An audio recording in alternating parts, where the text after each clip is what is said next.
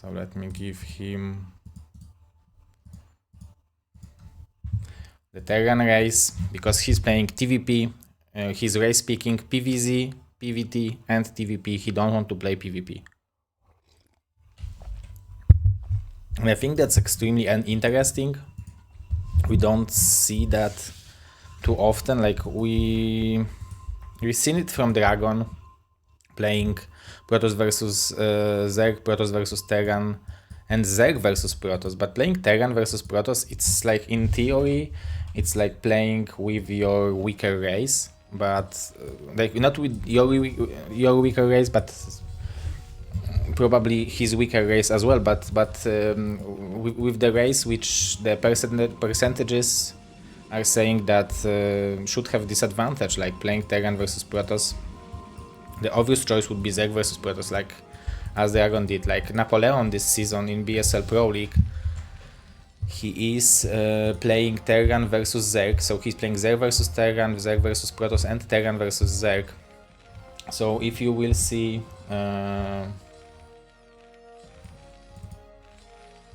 it over here, we have Tech, Napoleon, Sterling, and Izu. So Tech will play Terran versus Zerg versus Izu, but Zerg versus Protoss versus Tech, and Zerg versus Terran versus Sterling. So it's going to be very interesting.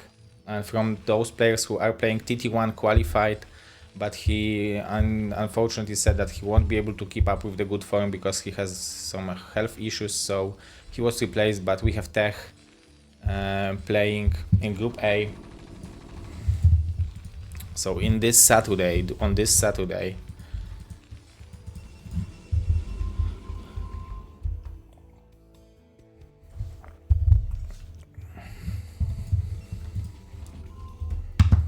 okay, so we have TT1 going for very fast gasless-ish expansion.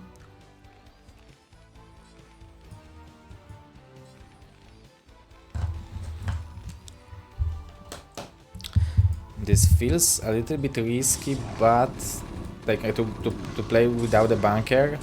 But I guess TT1 is doing good job to keep the Marines alive. But at some point, yeah, you need a bunker because the Goon is coming, and without a bunker, it's going to be very hard to hold. Like even if you will have like 4, maybe 5 Marines, it's going to be very hard. I think that's great that he's pulling those SCVs.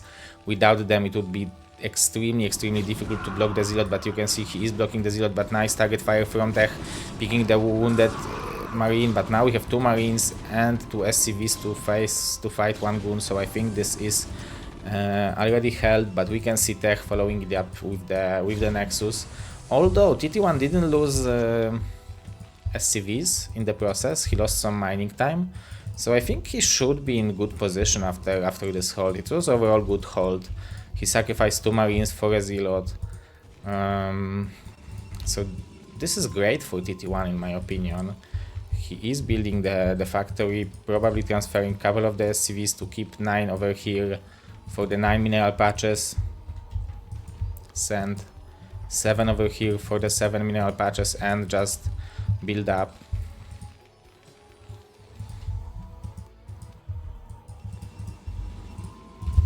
Let me see the chat if you guys are here. Oh, you are here, guys. Excuse me, I need to just reload it. Okay, we have 69 viewers. Welcome, guys. Nice to see you all on the grand finals. Who I didn't answer. TT1 is race speaker. Yes, Mr. Dabadim. Does TT1 know tasty? I believe he should. Yeah, it's the hardest part about race picking is that you can't practice it on ladder, because like you can practice it on shield battery, but you can't practice it on Battle.net ladder because you need to pick one race. Free facts very quickly. So I'm wondering if he will like skip the siege mode and go for the mines immediately. We can see Tech going for 4 gate after 2 Nexuses, so like you usually see a 3rd Nexus around this time, but going for 4 gates is quite a big of a commitment, so he will probably try to hard counter a lot of vultures. Nowadays Terrans are playing it very often, like making 1 or 2 tanks and play a lot of vultures from free fact and push with it. Maybe even 3 tanks and push with it, like, I don't know exactly. I would even say that I've seen a version that they played with 1 tank and vultures immediately, but I guess it depends on the openings.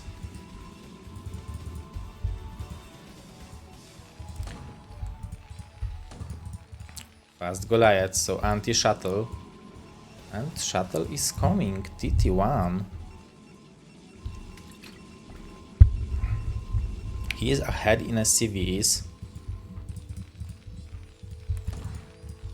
I think I would like 1 tank and 2 Goliaths each, because you need 4, right? Like 3 is not enough, good enough. You want to double shot the shuttle with 4, so I would say he will probably make 1 more Goliath plus 1 weapon on the way. Tech is delaying the 3rd base for a long time. He is keeping the goon production and 4 zealots, so it's going to be a push. Do we have a range? We don't have a siege mode. Only 3 marines in the bunker. Will he push with those 6? The siege mode is on the way. TT1 is making 2 more tanks.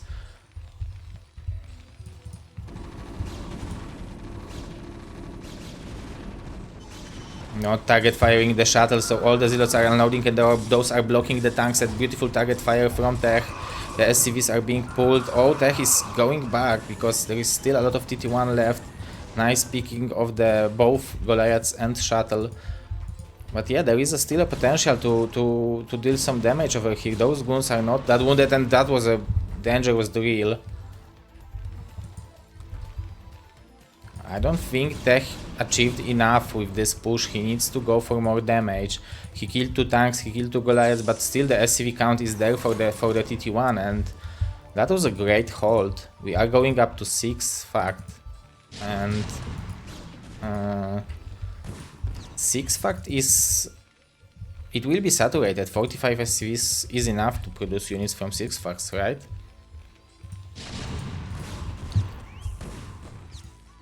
The Israeli point needs to be fixed.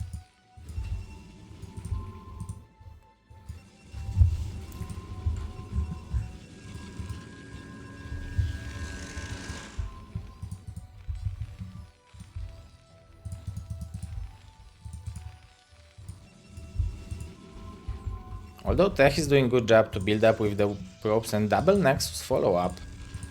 Very interesting. How many tanks does he want to have for a push? 3 more Goliaths. We don't have a river.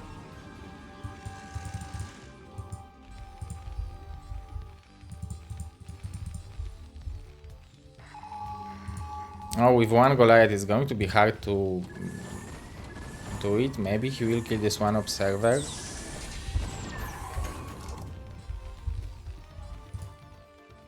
I'm wondering if he's seen this one. Okay, we have 7 tanks, 8 tanks. We will have 9 tanks and Vulture flood. That's a strong army and very strong timing attack. And we can see Tech is not ready for it. He delayed the 3rd base and now the gateways didn't produce enough units, at least it seems this way. He needs to delay this push for as long as possible, and that's where river would be great.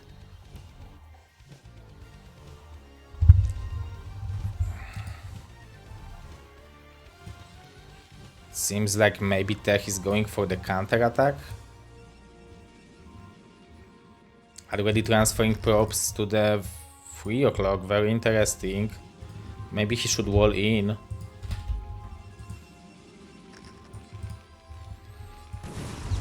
We'll have a counter attack. It depends, all depends on the reaction of the players. We have Observer, so it can be in position to... but the tank survives, and Tech is giving up on going in. Okay, he was waiting for the shuttle, So I guess now with the goons he will be able to get in and deal with this base. Let's see, one tank will fall. He needs to go and try to kill this tank, not shoot the SCVs. This is the great opportunity. TT1 is going back, so if he would deal with this tank, he would be able to deal crazy amount of damage. Obviously 39 SCVs is not too much. We have 52 probes, so 30 did a good job of buying time, and now he can produce from all those gateways. We have only 2 tanks here, so that was actually a great move for him. He lost a natural, but overall, if he would trade those goons a little bit better, I think that was still a decent move from him, and now he has a chance to produce from all those gateways. He has the workers to mine from 3 bases, so it's going to be definitely enough. Only 39 SCVs for TT1 still should be enough to produce from 6 factories, right? We have a DT, but we also have a scan. You usually want to use DT when there is a siege mode, because then they splash each other. We have 2 more, so I guess that's his plan to force the scans, all the scans to be used, but we have 5 more left, so that's a lot.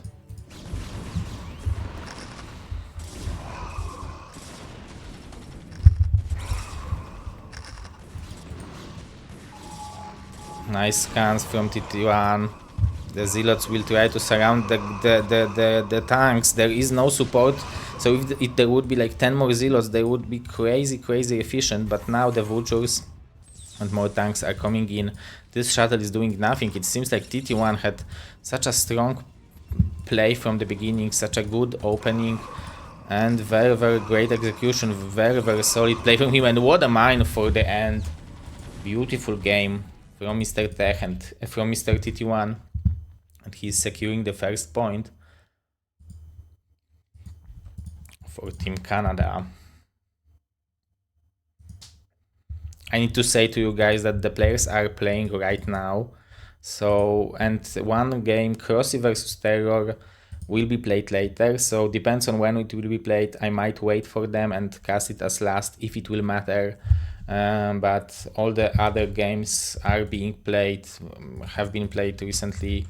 So let's go to the second game of the series between TT1 and Tech. We have 1-0 for Canada.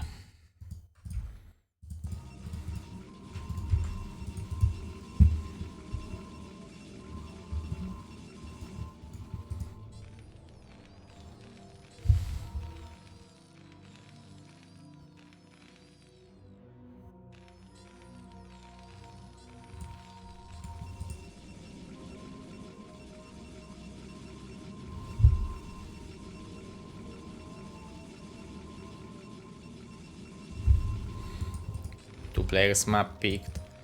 You obviously, as Terran, is like, it needs to be in your head and you need to be thinking about the gas still, right? So do you immediately go for the gasless to just play around it, let's say? You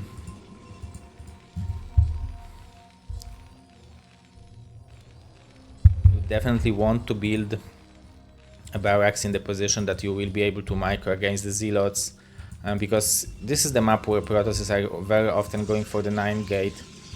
We don't see it now, but it's very probable. But I think just landing the barracks over here is the safest choice. Like, you have the area between the command center and barracks on the left where the Marine can go through and the Zealot can't, and that's usually enough.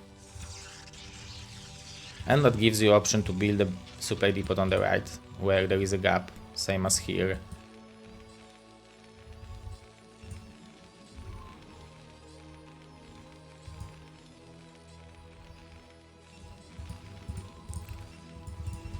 No gas from Tech, and obviously gas still, so it's going to be Zealot into Nexus, it seems like.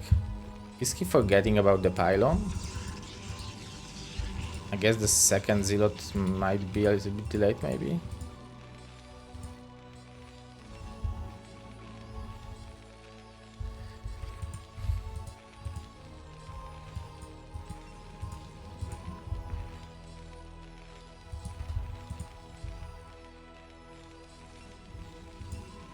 Lack of scouting from TT1 must be painful.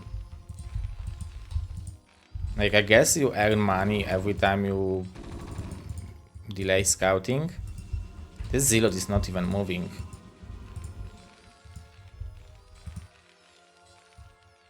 So you want to push the probe back before killing the gas. Otherwise, Protoss can rebuild it.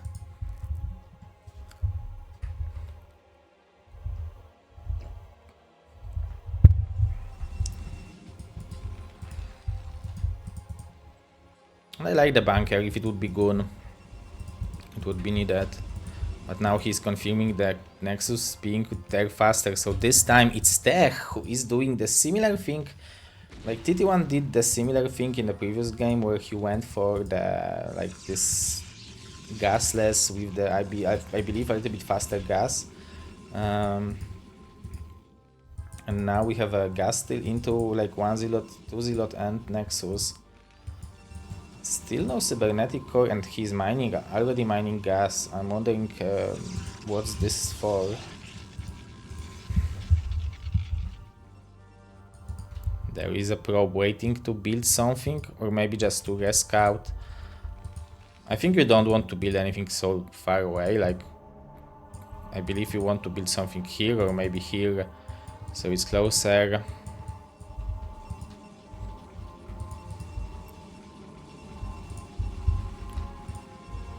And the CV will scout, will confirm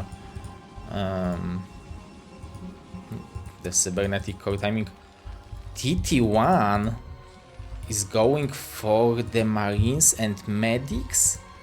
Oh my godness, I love it. This is great. He is scouting that the tech is late, the gun rage will be late, probably the robo will be late. So there will be a lot of ground units like zealots, like guns, but probably no river. The robo will start now.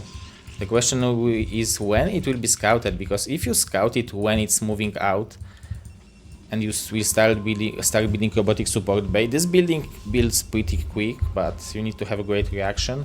But still, it's very very dangerous army, and it might be only one river.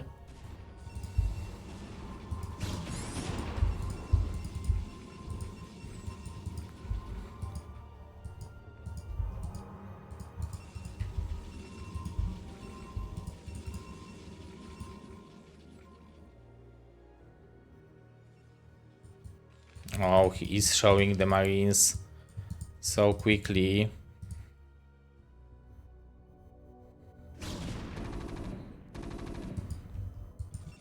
Do we go for the forge maybe? Immediate support bay. Observatory still? The medics are moving out. There is no range, but there is also no range for the goons.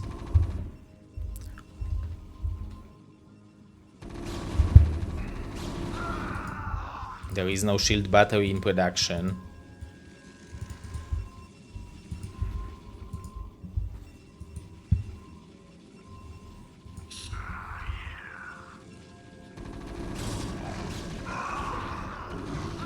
The probes are being pulled.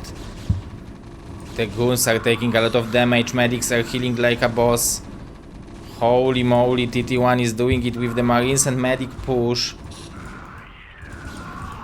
Probably still it will be held because the medics will be out of energy, but this is incredible damage. He's still killing goons, he's still killing probes. Nice draw, nice. Oh, I thought it will be drill. I guess it's a little bit delayed drill.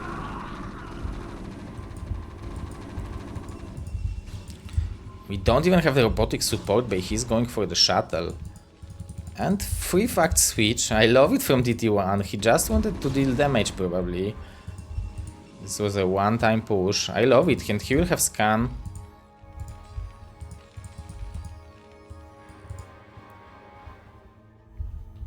Oh, I thought that he will scan this observer, this would be so smart. But now we have 5 ranged goons.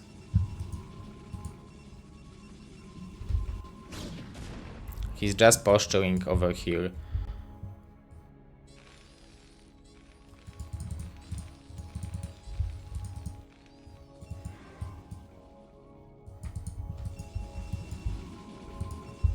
Okay, we will have the river eventually. But Tech will scout what's coming. Oh, those two marines will be intercepted, one of them. Nice reaction from TT1.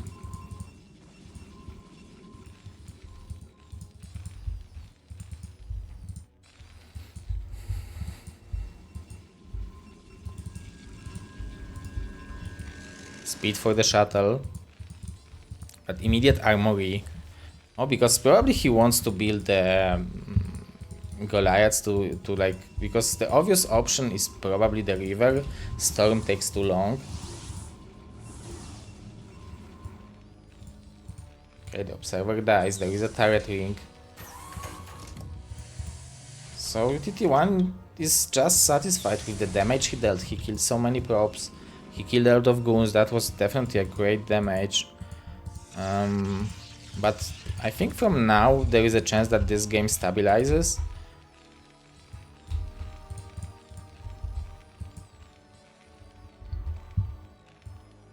But I really like this play from TT1. That was very, very smart. And obviously he is getting into the mid game with the pretty solid advantage.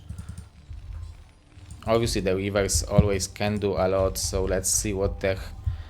I guess there is no place to deal damage with the river, like maybe with the speed shuttle you can drop it here, I don't know, like it's probably the centimeters.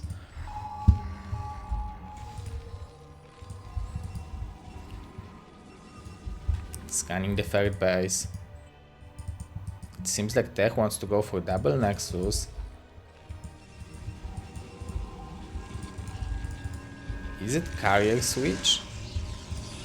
So he should upgrade probably. And to be honest, Marines and Medics, well, when they are upgraded, they are so good against the carriers.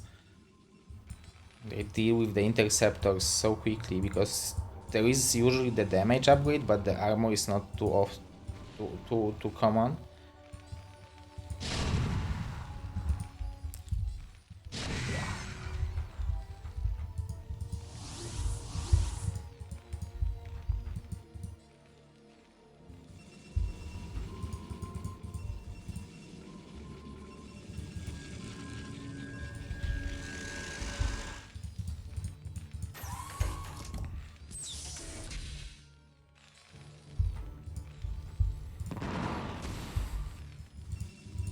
Carriers are on the way, but we only have 4 gateways. This is already 7 factories. How many tanks do we have? We have 6 tanks. 7th over here. I think it's in range, but he just doesn't have vision, yeah.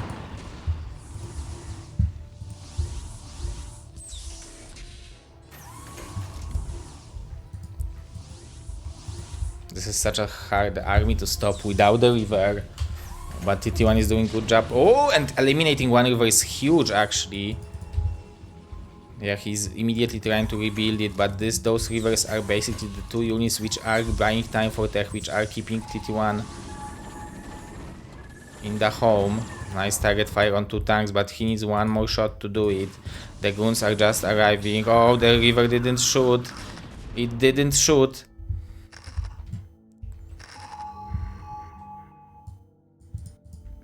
Plus 1 weapon is there.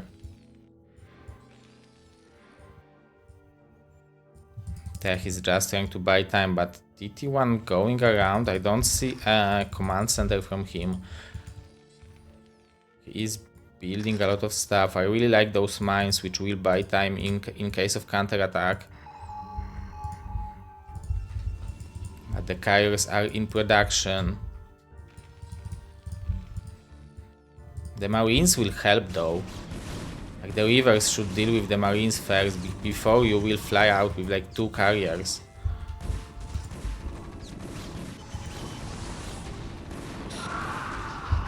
Yeah, we only have a couple goons. The rivers needs to deal crazy amount of damage, but they are not doing it yet.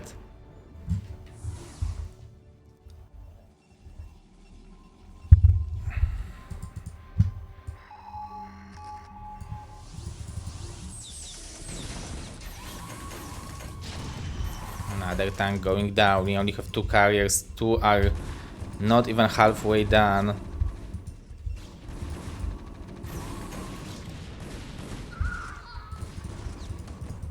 We have 2,000 minerals from tech. Is this game broken? Like...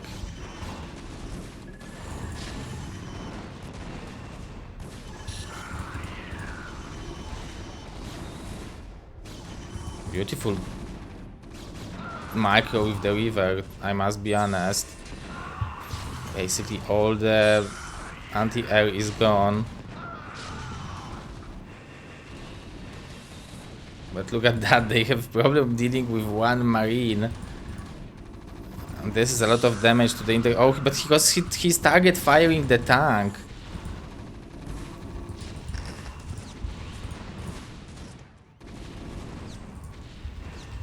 I need to remake it.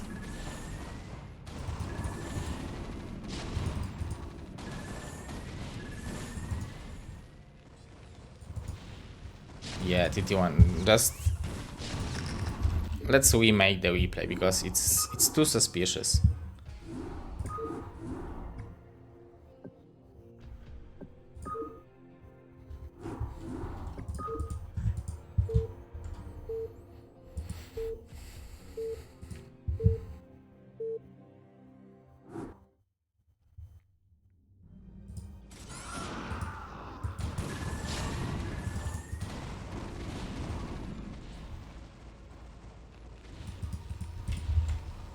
Apparently that's what's happening.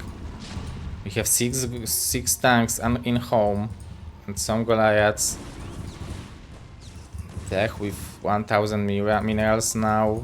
I guess maybe like those supply blocks hit him hard, but he have 4 carriers. He will finish one of the tanks.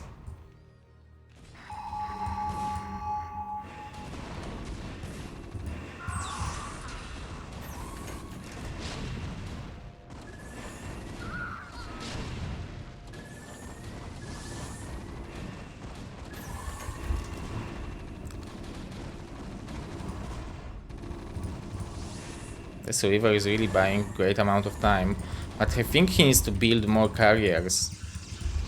He's still supply blocked.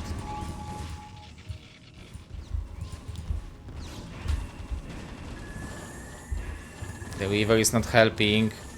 There is no range for the Goliaths.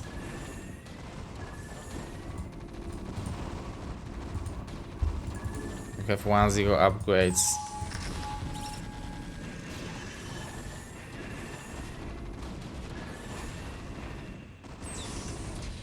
Some goons are trying to help without the range. It's hard. There is... I don't know.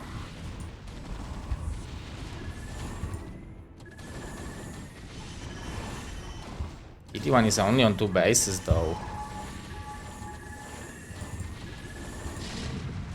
Why is he not fighting the Goliaths?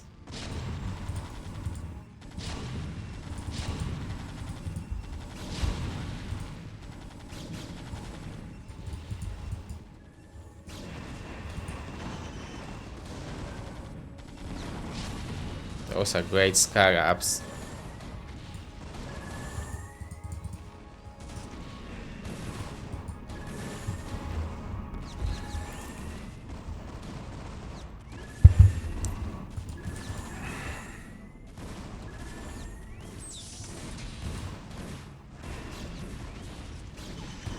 Oh, excuse me, TT1 is mining here as well.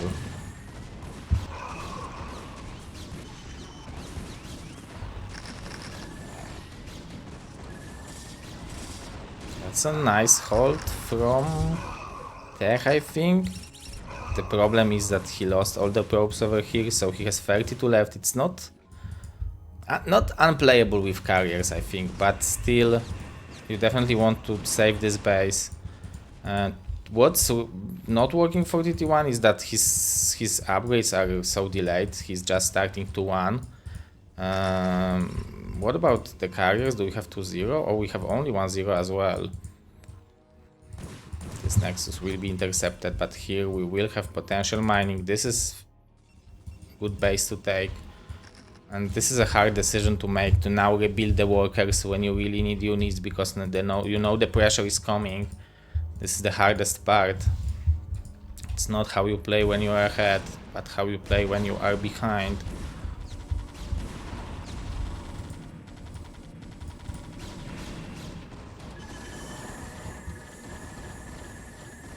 Still no range.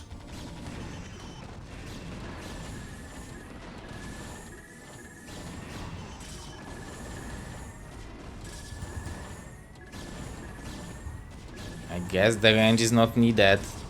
TT1 is just showing us. Although this trade works good for Protoss, I think, but TT1 is just able to produce so much, and those vultures are shredding the probe line. Eventually the Terran units will break the Protoss straight on like a man. GG from Tech. And we have TT1 securing 2-0. For Team Canada, very impressive. TT1 2-0 and 1-1 versus JD Conan. That's a great, really great performance from TT1. That makes me even sadder that he is not playing in BSL. But now we will have Deja Vu, and we will have the team captain of Team Canada versus the young, fresh blood JD Conan. So let's get into it.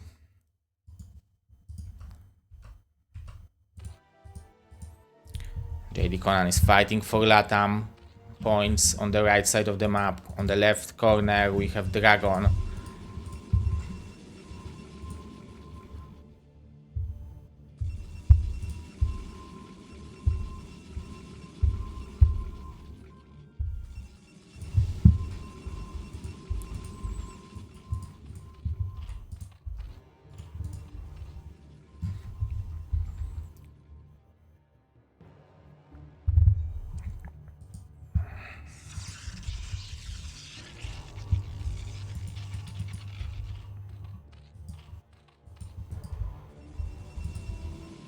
This is one of the, I think, best map to play from the Zerg perspective against the style which Dragon prefers. I mean, I know that he has multiple ways of playing. It's just I'm losing always. Like, no matter how he starts, we are ending up in the position where he is just moving out with 150 good timing with 8 storms, and I'm not able to defend it. But here we have high ground over here, so there is a potential to try to contain the Protoss on 2 bases. Let's see. Dragon usually starts with Forge first, and that's just good. It prevents 12 hatch kind of, and gives you a safe way of starting the game.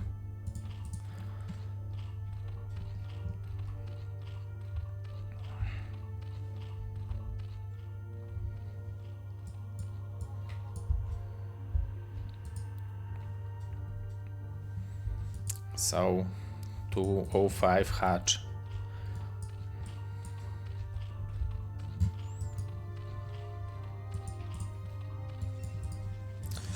JD Conan confirming that this is a Nexus, so yeah, going only for 2. Only for 2 links just to chase this probe.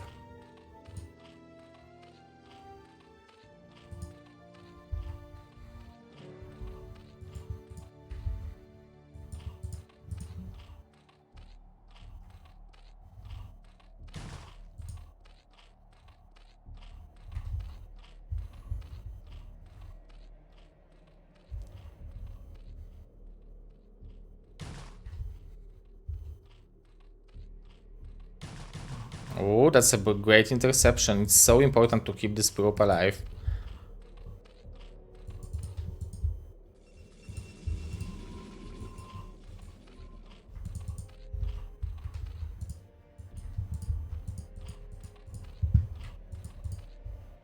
The gateway is on the way after one cannon because he's seen only 2 links, so no reason to go for more. But if he would lose the probe, you probably...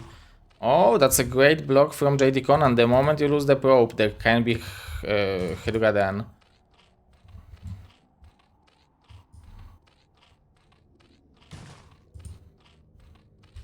It's very, very close. We have a layer in the natural. And the probe is being intercepted. I love the layer in the natural to keep the Protoss blind.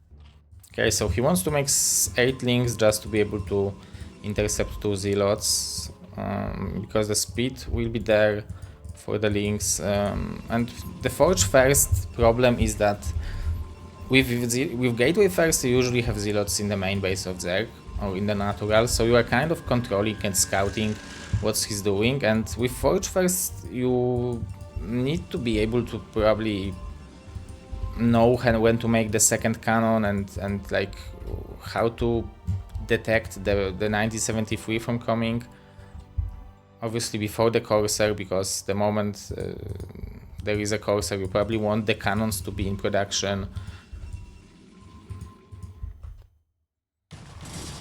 And nice interception.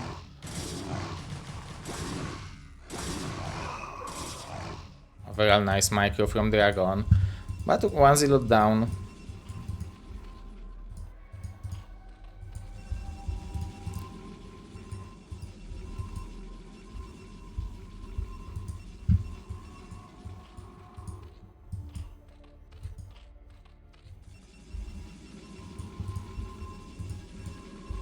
Citadel of Adun, no second cannon, so I think with the Zergling movement he decided that this must be layer. But he will go and check out if the Hydras are coming.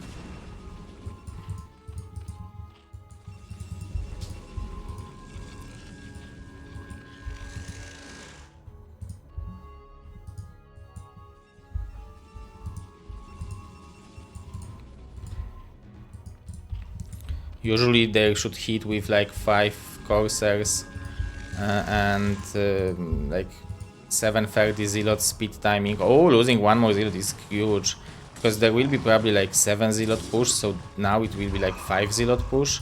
Much weaker. No cannon in the main base, just starting.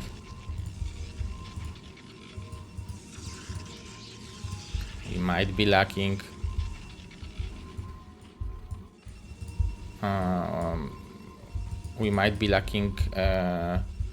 some gateways.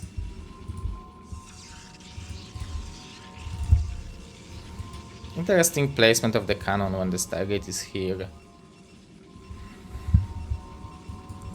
But I guess it's still like just in position to protect it, especially if you have Corsairs over here.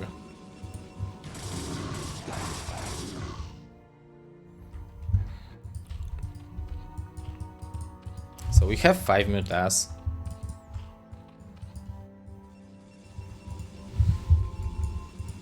So as you can see, the Dragon is hitting the timings like a boss.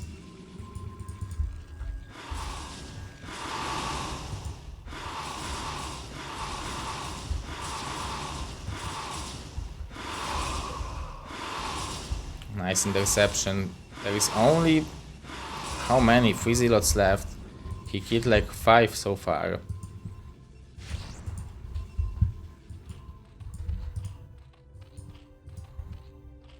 Overall, very nice play from JD Conan. Already mining from the third base, 6 hatcheries on the way. Hydra switch on the way as well. He is still turning up a little bit more. He killed so many zealots that, yeah, even making the mutas forced Dragon to make 2 extra cannons.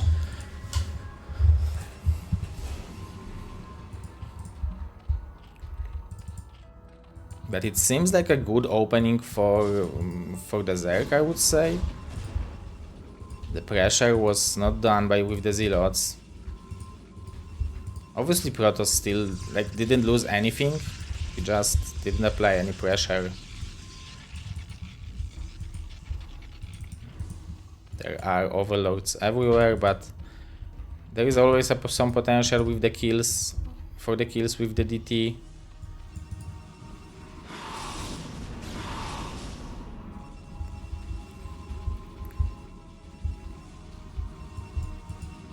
We have 7 coursers now. But there is a Carapace, a lot of damage on the Mutas.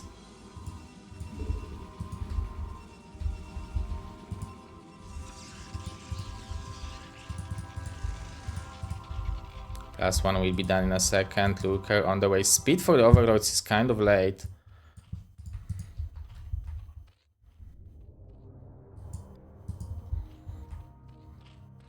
The 4 base already started.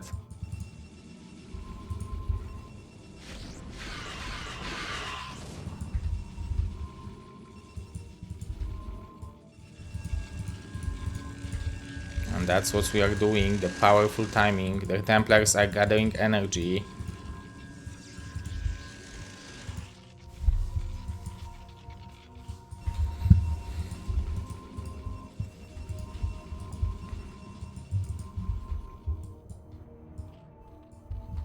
The speed will be done in a second.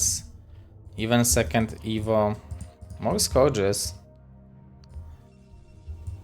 This is always less Lurkers, but on the other hand, you kind of keep controlling the air a little bit, and Scourges trade up great versus Corsairs.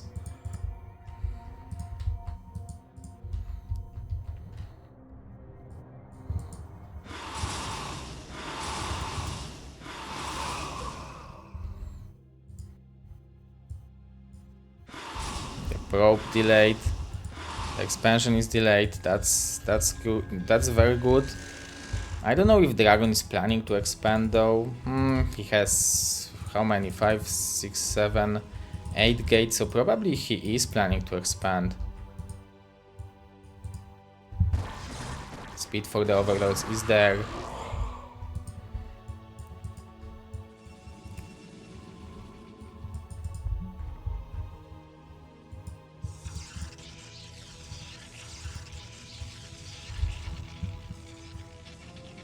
We have 11-minute move out.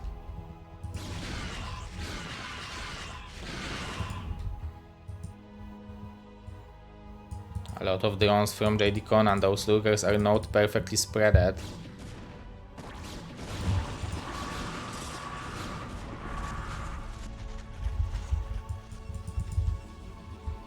But there is no observer, that's interesting.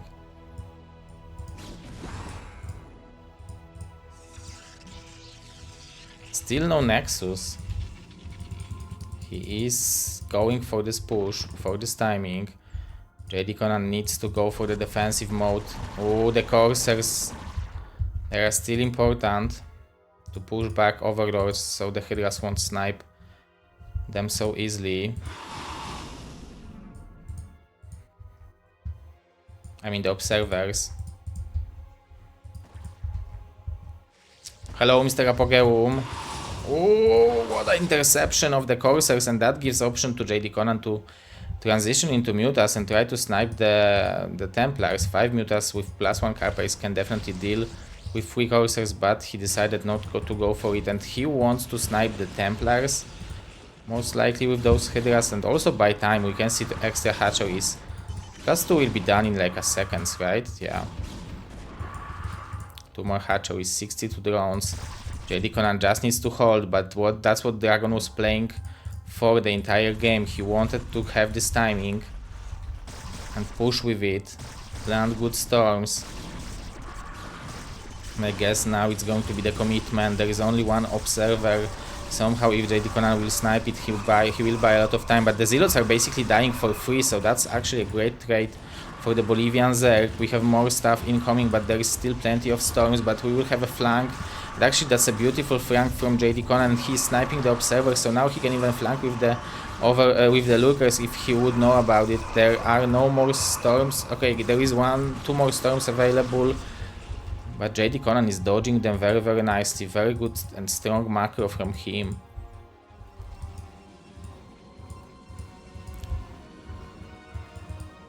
But Dragon expanded, so it's a late expansion, but still he has it. And what's more important is like he is on the high ground, he's not contained over here because it's so hard to break it. But we have the Filer Mount, 3 Evos, a lot of links coming in.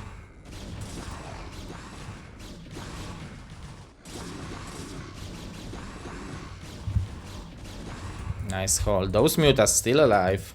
5 kills, 1 kill, 0. 11 kills on 5 mutas. Consume on the way, and delaying the fourth base is always great.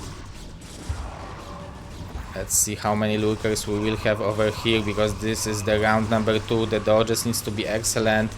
Because, oh, but there are more lurkers incoming, but still a lot of storms are available.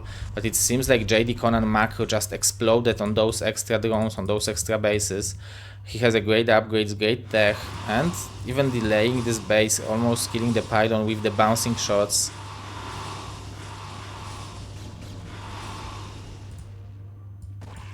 Nice snipe on the Templar.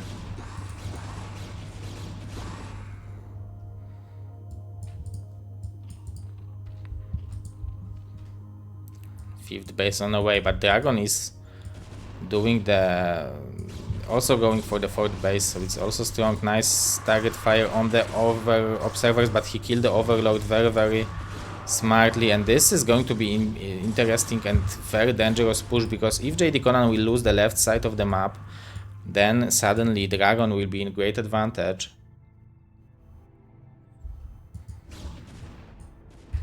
JD Conan needs to move units here quickly. Okay, with the Defiler I think it will be easy hold, because goons don't deal damage to units under the swarm.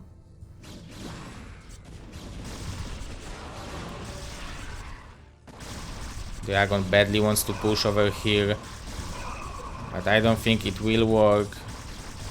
The Zealots are doing a little bit of damage. But look how smartly JD Conan plays. Just a couple links and the swarm. It's enough to deal with those units, but he needs to cast the swarm. And obviously Dragon will be able to escape from it, but this is enough to push those goons back. Upgrades are 2-1, so it's very important to have +1 melee upgrades. Otherwise those links deal basically no damage. We are lacking some energy here, some energy there, but it seems like the army of Dragon is being surrounded. We have 170 to 110 supply. What a beautiful game from our Bolivian Zerg. Beautiful storms.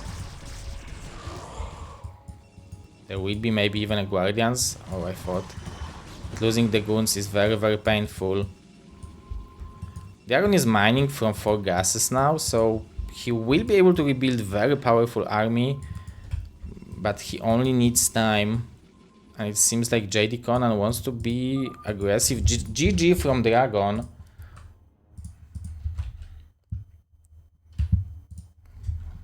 Very impressive, and we have 2-1 still for Canada, but LATAM fights back.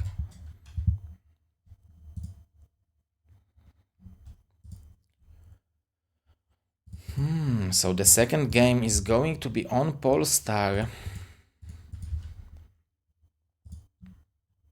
Interesting map pick from Dragon. So let's see if LATAM will tie it up 2-2-2-2, or we will have 3-1 lead for Canada. JD Conan versus Dragon on Polestar, game number 2.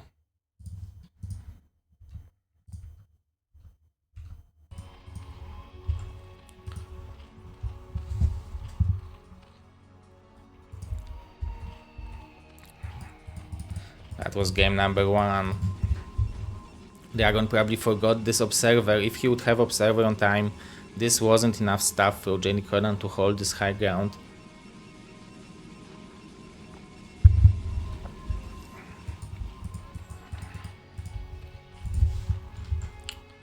Let's see if I have some extra replays.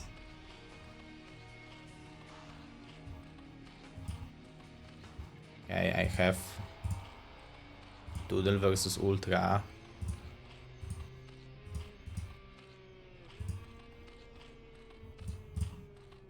And I have two versus two. That's good. That's good. As I said earlier, Crossy versus Terror will be played later. I will wait on the stream if needed.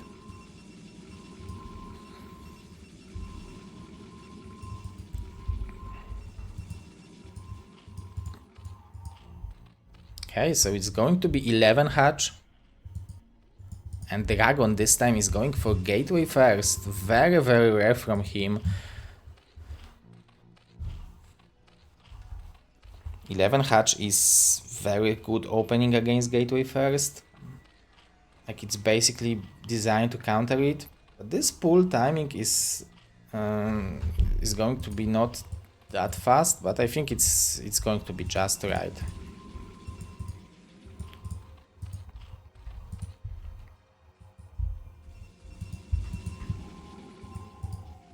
No scouting from JD Conan.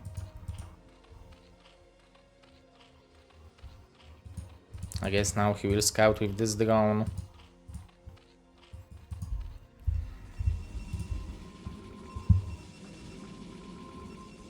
Because you want to scout to at least know where to expand. Like, I mean, this expansion is kind of fine against this position as well. But you definitely want to know what your opponent is doing, but I guess he will see the Zealot now, so now he knows what's happening. He built the hatchery before building the links, which might be a small mistake. It might cause him some drone losses. He will confirm that the Nexus is on the way.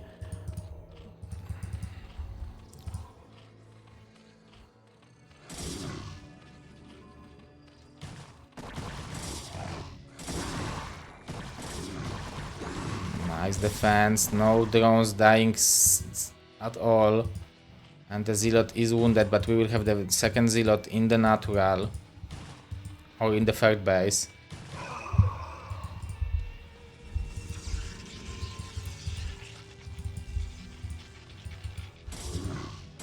Only two Zealots into cannon. He applied some pressure, but oh my god, two links will get in. The Zealot popping just in time. But this causes Dragon not to control this one Zealot. Nice micro from JD Conan, but nice micro from Dragon as well. And he manages to be on top of that. And thanks to this trait, this probe will get into the main base, will confirm what's going on. But JD Conan manages to keep those two links alive. Very, very good skill toy to have. I guess now he will lose it. That's a lot of waste at APM.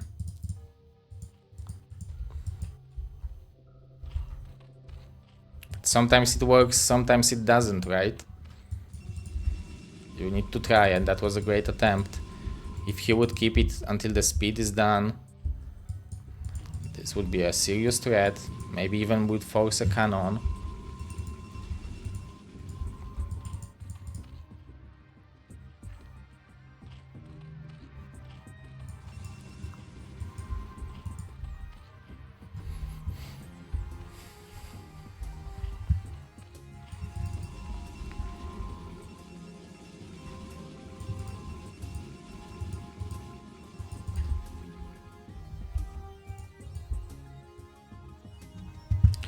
Maybe you're right, Mr. Jadong Poker.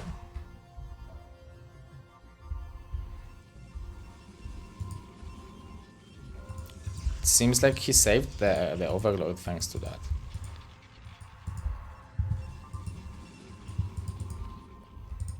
Okay, the Spire is on the way, but the Corsair is already in production, so it's relatively late there. JD Conan needs to hide the Overlords, and that's what he's doing.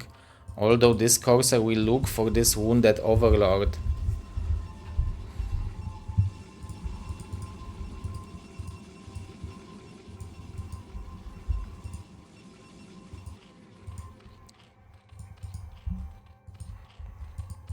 The drone count is decent for Zerg. This extra, the fast hatchery and extra larvas are there, you can see it. But how many Overlords will he lose?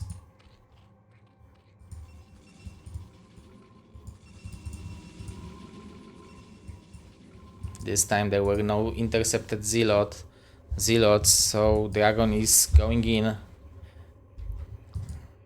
as usual. But we will have a Sunken, very interesting from JD Conan.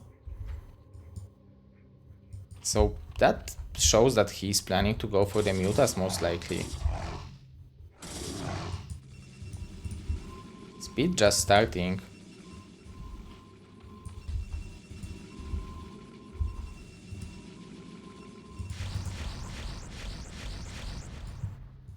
And he will intercept all those Overlords. I guess this one he didn't see, so maybe this one will be saved, but 2 Overlords dying.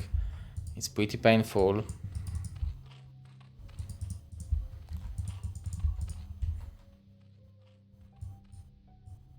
He is looking for this one. Perfect position to hide it, it seems like.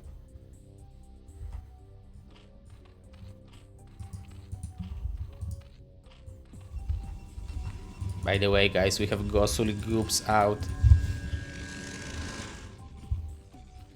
Hasuli groups out and Choboli groups out.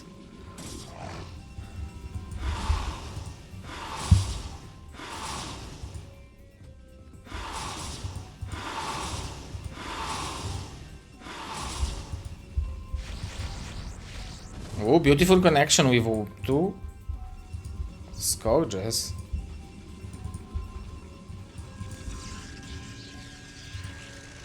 Critical trade. This time he's not going for +1 Carapace. So it's going to be probably some Hydra timing.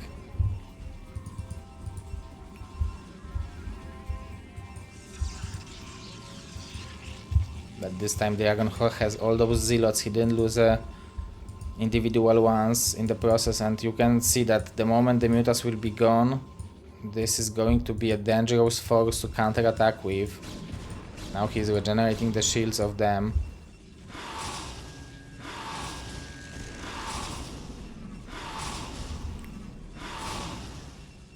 Almost killing 3 probes, that's nice. We'll have a lot of Hydras, already 41 drones, so this is a decent number. But there is going to be an Archon, Zealot Archon push. With the Corsairs. Kill the Overlords. It's going to be very dangerous. The Archon will also protect the Scourges from connecting.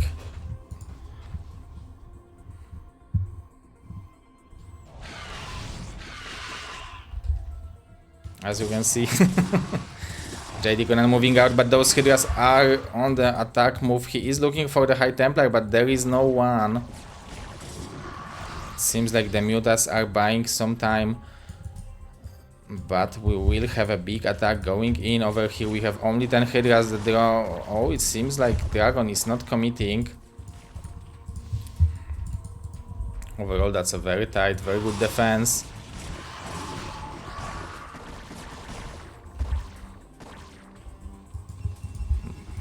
Do we have Templars? Now Templars are on the way, so Dragon is not planning to continue with the push. He is transitioning. He didn't lose too much stuff. I really like this link, delaying the third base. What about Overlord speed? Do we have it?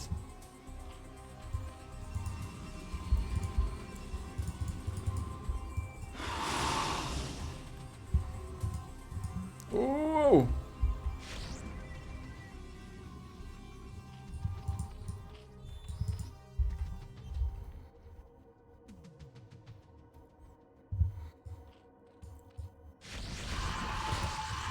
Finally, the Muta's going down. There are a lot of Hydras now on the field. +1 weapon will be done soon, but we already have 1-1 for the Protoss, and the Storms are joining the Zealots. So many gateways. Going up to 8. You can't take too good of a storm. And the Overlords are in danger of dying. This is that was a drone cycle. And now the Hydras will be caught with the pants down. I think this dodge is great, but this is a great timing attack, and there is a gap over here because JD Conan killed an egg because he was so sure that he will defend it, and the Dragon is going in another great storm. This is going to be a lot of Hydras counter-attacking, but those are wounded from the storm, so JD Conan needs to micro them perfectly. But I look at the supplies, guys, it's 120 to 62, it doesn't make... It doesn't give too much chances for JD Conan to continue this game. This is just too big of a pressure, too much stuff, and the Overlords are still dying. I mean, is he building the lurkers? Finally, the Corsair count has been lowered, but Dragon is delivering the third point for Team Canada and tying it up 1-1 versus JD Conan. Very interesting. And now we will have Doodle Doodle versus Ultra.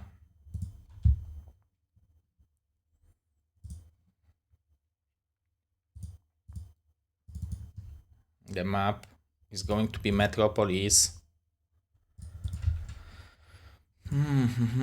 Ultra and Doodle Doodle.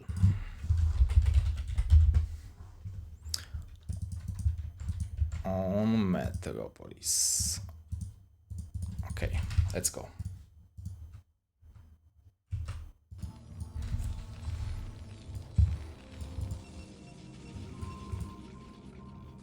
So this time Protoss versus Terran. Ultra on the top side of the map. Dragon Doodle on the bottom side of the map. Yeah, Mr. LML. Crossy and Terror didn't play. They will play today at night for LATAM and for USA, like EST time, evening. So if I will need to, I will wait for them. If it will be too late, then I will cast it tomorrow with the potential tiebreaker.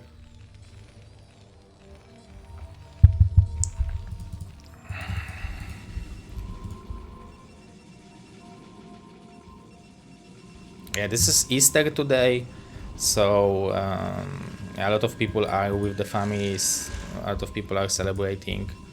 We didn't come home, we are home, so I have time, that's why I'm casting yesterday and today.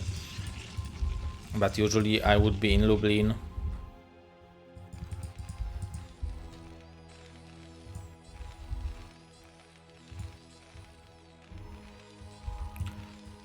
Ultra played with Doodle yesterday, ace match, and Doodle won. So this is the rematch for yesterday. Oh, I guess I should make the event on Team Liquid. Give me 1 second, guys, I forgot about it yesterday. And I didn't wanted to make it earlier because you guys would know the score.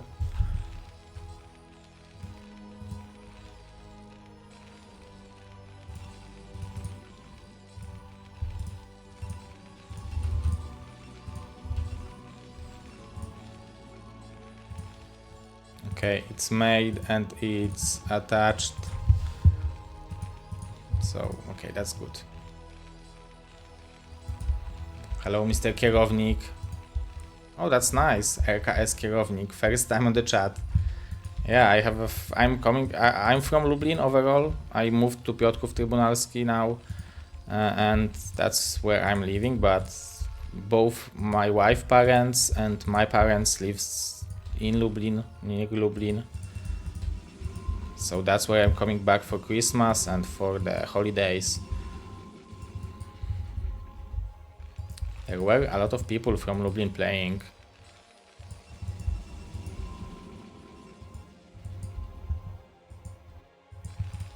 So what is going on in the game, guys?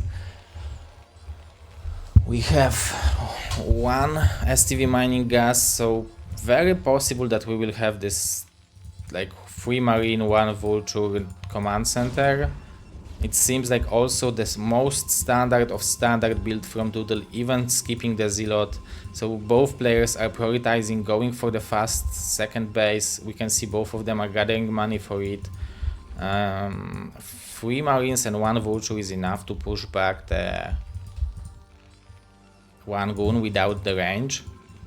Even 3 marines should be kind of enough. But not if you are not attacking with all 3 at the same time.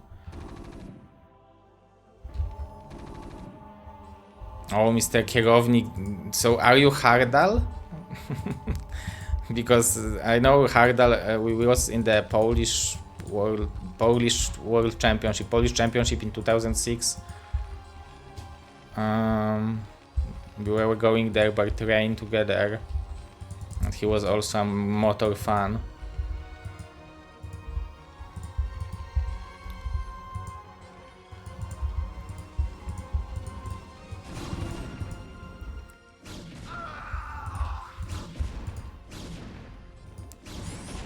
Oh, Hardal was very nice. If I remember correctly, he is a dentist, or he was studying the stomatology.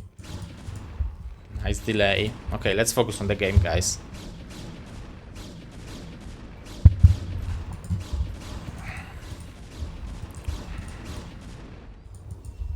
So because of this delay, now Doodle will come ahead. Oh, he was bad banner. Oh, I don't remember those times, to be honest, when... And I probably didn't feel it on my own skill.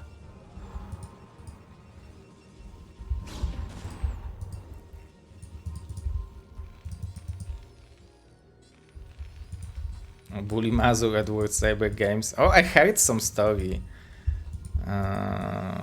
about kicking the ass, but I don't know if that's true or not.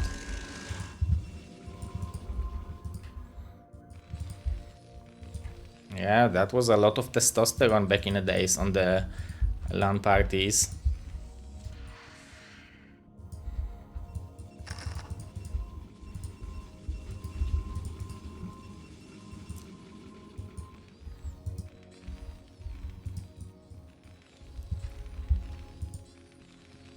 Second fact, Ultia was playing +1 weapon. He was playing such a good games versus Dragon yesterday. He won a great game on Deja Vu against him, a simple macro game. So let's see what he will decide to do this game. eBay into armory, no bunker at all.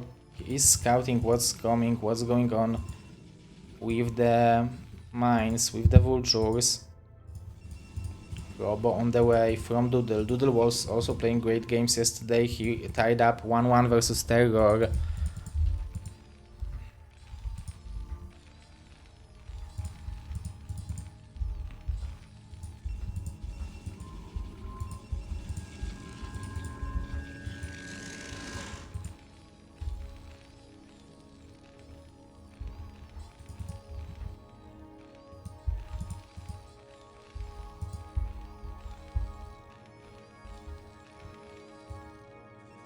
Okay, it's pretty hard to make a successful... I guess maybe not that hard.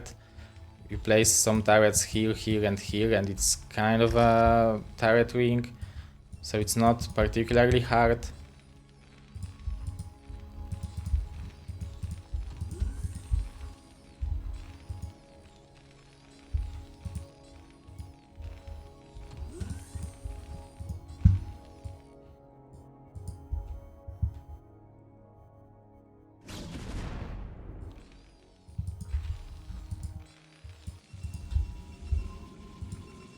Okay, we were on the way. The third base is relatively late.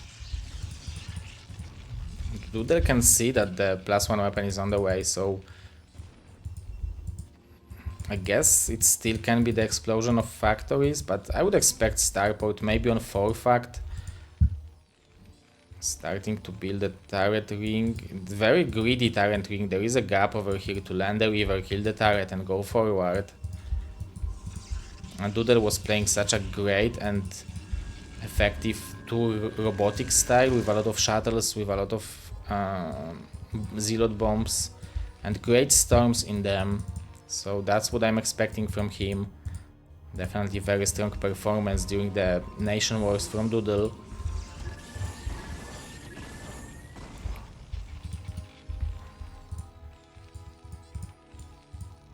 Obviously Ultra already proved his greatness. I believe he showed so many great games to us that no one is doubting that he is capable of winning against anyone. But let's see if Doodle will exploit it. I think it's obvious that he will, right? Why wouldn't he?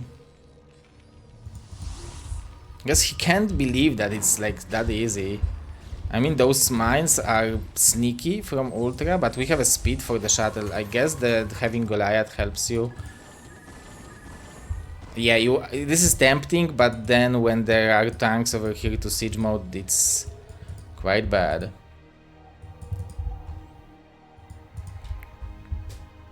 But Ultra already securing the third base.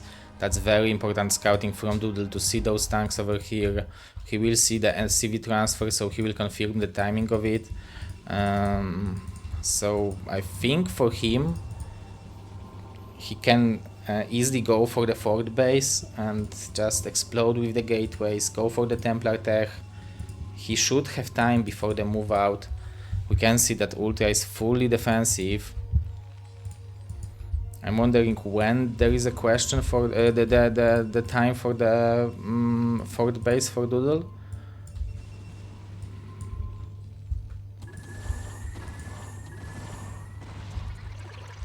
Quite important. Observer to kill. Do we have second robo? Not yet. But yeah, that's why he needs gas for +1 weapon on the way. Ultra going for science facility, so he will go for 2-1 timing, it seems like. He definitely seen yesterday games against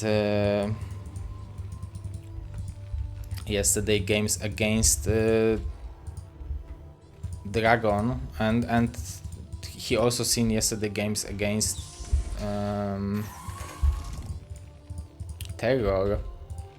So both seen each other games, but how Doodle played against Terror was very strong timing attacks. So you can see that Ultra is getting ready for it, getting ready for the shuttles, already added extra turrets. I really like it. We have second robo, so he knows the style he is facing, and we will have double shuttle to the main base, but it seems like Ultra is more than ready. 2 rivers, unloading, they can trade well, but what a beautiful split, what a beautiful spread from Ultra. Great defense. This is what he needed to not take any damage. Now he just can explode with the factories. This is a huge confidence boost. Obviously you don't want to move out yet, but you can see that he is not forced to spend too much money on the units. He can add more factories, or even unsieging most of the tanks. We will have Templars, but Ultra was so good in the Vulture harassment last game. There is no... Oh, we are going into the third base. That's actually very smart, because there was not enough stuff over here. Oh my god, it's not tight. This is one of the walls.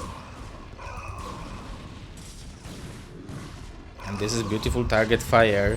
I really like those mines. But a lot of SCVs will die. We have 66, so we can lose some, but it would be great to send some tanks to help. A lot of tanks has been sniped by Doodle, so that was a great attack from him. I didn't see an opening, but he seen one.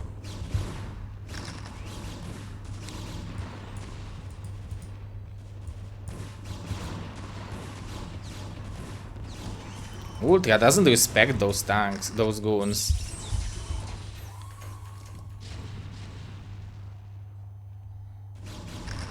Nice observer. The vultures. I mean, they can maybe hold on over here, I don't know, but it's quite hard with 4 vultures. Even 2 goons over here. With 2 robots, Doodle will be able to produce a lot. That was a decent attack, but it wasn't game-ending damage, although he lowered the number of tanks significantly. Let's see. We don't have Goliaths with the army. It would be great to have a couple to intercept those shuttles. There are Reavers. There are always dangerous. A little bit of tanks here, a little bit of vultures there to intercept those zealots, but you need to target fire the goons. And that's a good hold. At the same time, we have attack to the third base with the Reavers. I like it.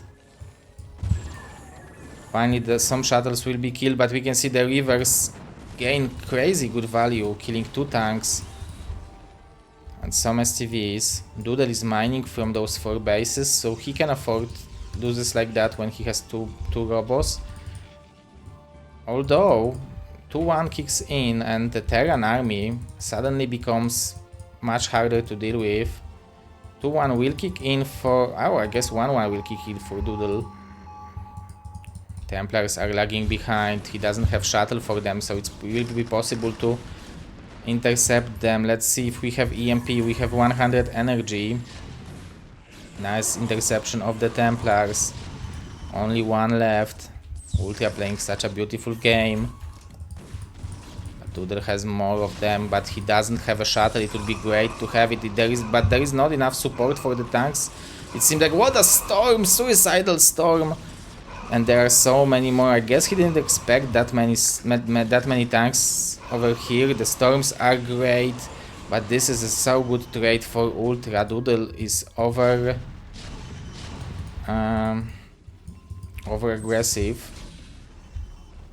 Okay, and he doesn't have that many gateways. I mean, maybe he will have the Reavers. There are only Zealots, and now the Vultures are coming in. I guess the Zealots are still strong. Look at that, they are shredding those Vultures. So trading Zealots versus tanks is what you want, but at some point you will have a big... oh, minefield I wanted to say, but what a great surround, and all the tanks going down before the... oh, even the explosion is in favor of Doodle, and suddenly the game turns around. And Ultra is not expanding, he is not achieving too much. I guess he is expanding over here. This is 8 mineral patches, so it's fine. Oh, I like it actually. I mean, the number of tanks has been lowered so significantly. Don't you want the third machine shop maybe at this stage?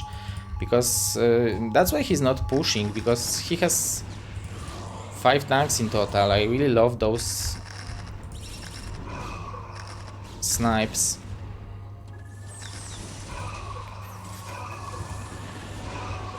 Nice target fire on the shuttles, and that was a great hold by Ultra. That's what he needed. He needed to not lose tanks, trade well. And Doodle transferring workers from those 2 bases to those 2. This is a map with particularly low amount of bases. Maybe not particularly low, but not as many. This is like a deja vu, right? Not like a Polestar where there are plenty of bases.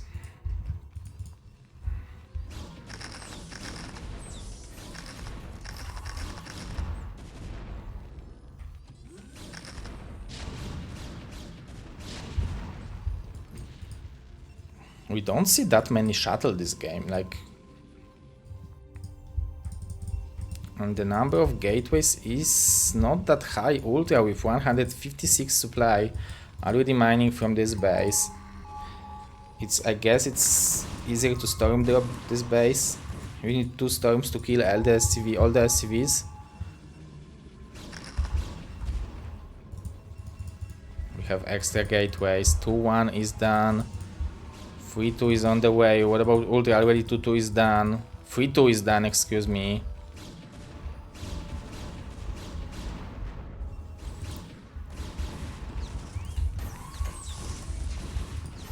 Ultra is playing it slowly, and it seems like Doodle wants to attack, this time again with no shuttles. That's not a bad trade for Doodle, but he needs to cast the storms, he doesn't have them. And he doesn't have this one, so overall that's another great hold. And the number of tanks hasn't been lowered too much, like there are now 10 overall, so that's huge with 3-2. But finally we have the shuttles.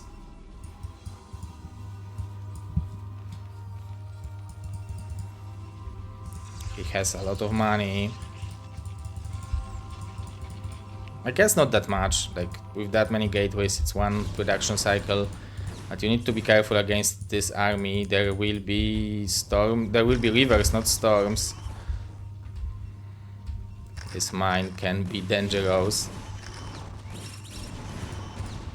Holy moly, this mine was strong, and the zealots who are helping. The river is taking damage from the mine. Those mines are clearing all the zealots on the back, and the Doodle needs to go back home and rebuild the army.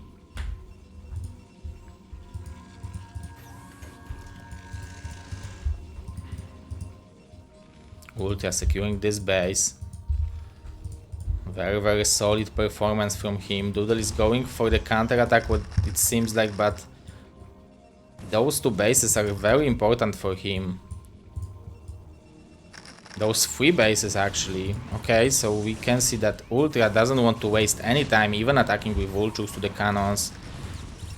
But we will have 8 High Templars, holy moly. And some DTs.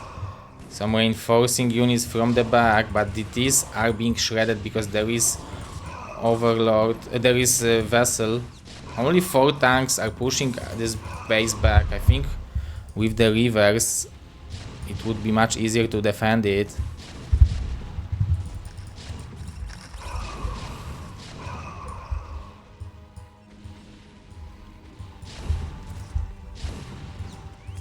A lot of things are going on in the game right now. He will use those Templars. Maybe trading against those tanks is decent, but he already lost the base, so now he's mining with 2. I guess killing this base and a lot of SCVs over here is great as well. But he needs to gather the army and just crush it somehow. He has the storms, that might be the chance for him. There will be 2 more storms. Nice EMP. There is 1 more storm available. There is some stuff incoming, but the storms will be intercepted. What will be the river shots? Nice shots. Nice storm. It seems like Doodle will defend it, but the tank is still dealing damage. He will try to protect this base or secure this base.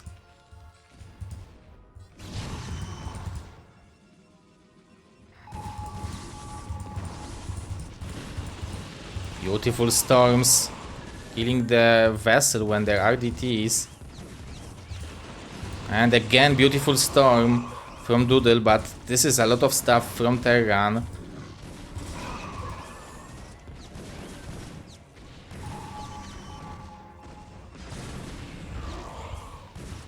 And Doodle is going for the counter-attack to the middle of the map, but there is nothing over here. How many SCVs he will kill? 15! That was a great shot. Great counter-attack. But Ultra is looking very strong. There are 4 minerals in each of those patches, so 8 in total, and I think it's around 1000 minerals in each of them. GG from Doodle Doodle, and Ultra is gaining important point again for Team LATAM.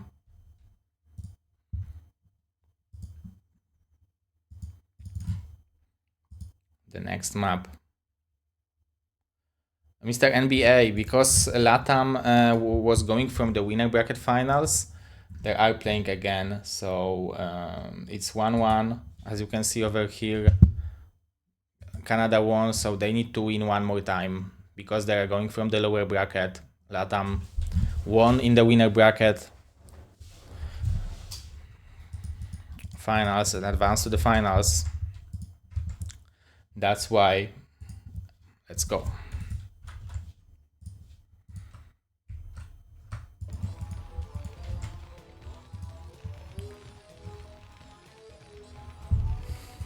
Okay, Ultra top right, Doodle bottom left.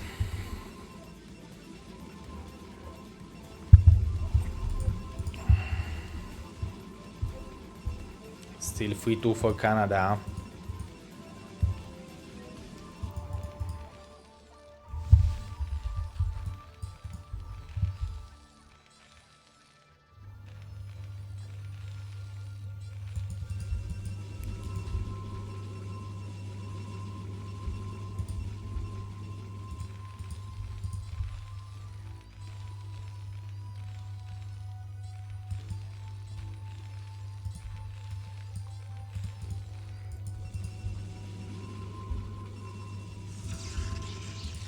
Very regular opening from both of them in all the games.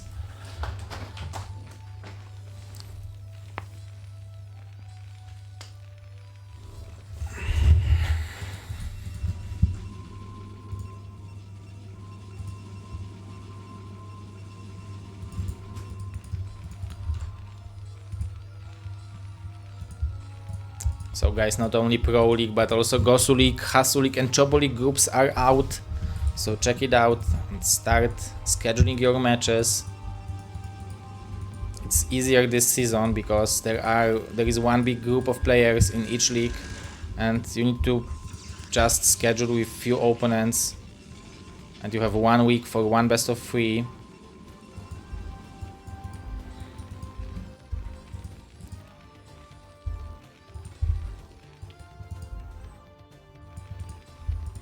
This is the map where Ultra lost in yesterday's ace match.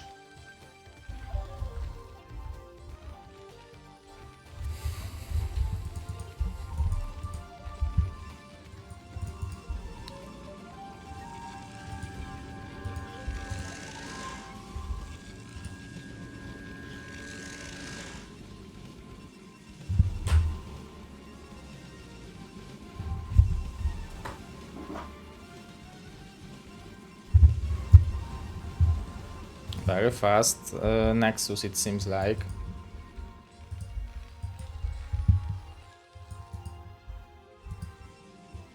Without even a goon. Very greedy, but it might pay off. It seems like Ultra wants to do the same thing, which is also very fast expansion with 3 Marines and 1 Vulture.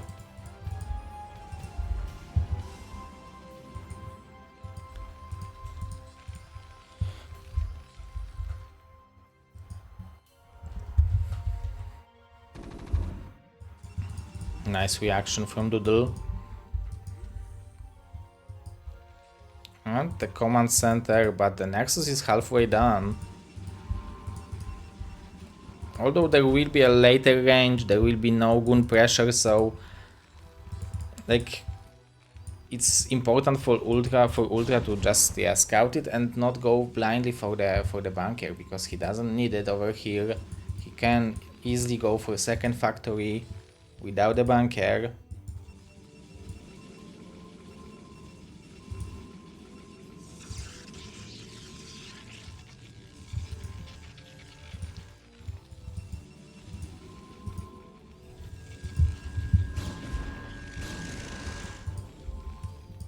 4 marines, and tank and mines, so maybe Ultra will want to do a little bit of pressure.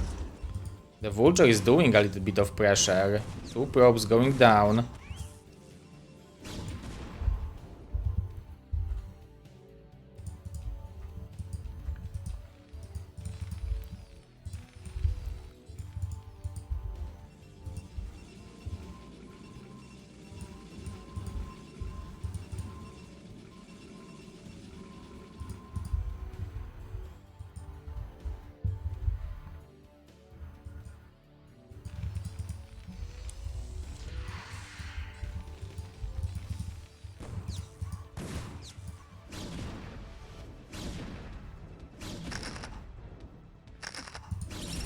Nice micro from Doodle. And intercepting the Vulture before he will plant the mines is great. And defusing all of them like a boss. He will have Observer, he will have range, he has range already. One more fact on the way from Ultra. I'm wondering like, when he will want to fly it in to the natural for the wall in. If he wants to do it at all. This one goon is dealing again damage to the Vulture. And nicely intercepting 2 Vultures with this goon, it can now even deal extra damage to those units. That would Doodle. This was a crazy good value on 1 goon. Now I think this push is kind of stopped because like you need those 2 Vultures, you need the mines. SCV is wounded, damaged.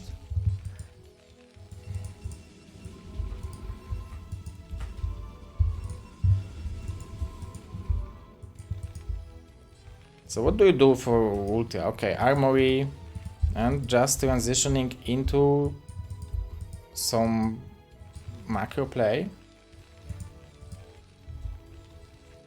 Just like that.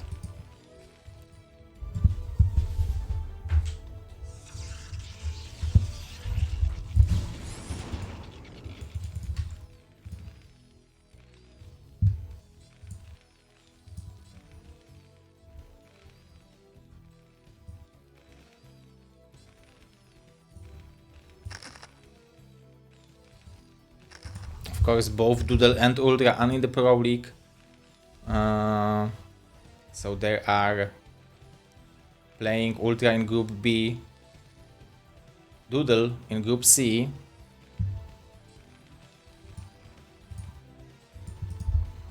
We are starting this Saturday and this Sunday. It's going to be 8 PM this season. So every cast, every Saturday, every Sunday, 8 PM, BSL Pro League for the next 2.5 months.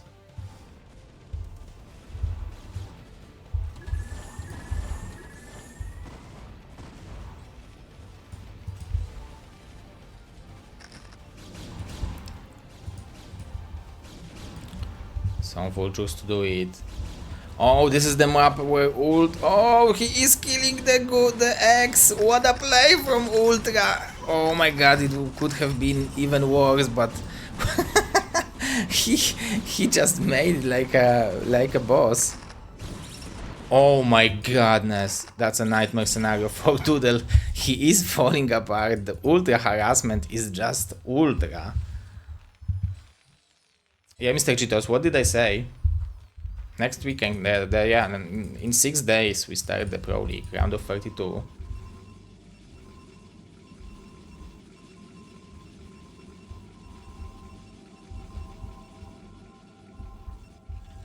Mr. TT1. Yeah, that's funny, yeah, that when you try to schedule with the players, you know when they can, when they can't. It's sad to not have you in the Pro League. I hope that your health will get better and you will play next season. Okay, expansion by Ultra. He dealt so much damage that he knows that he is definitely ahead, so he's trying to just extend this lead by securing the third base.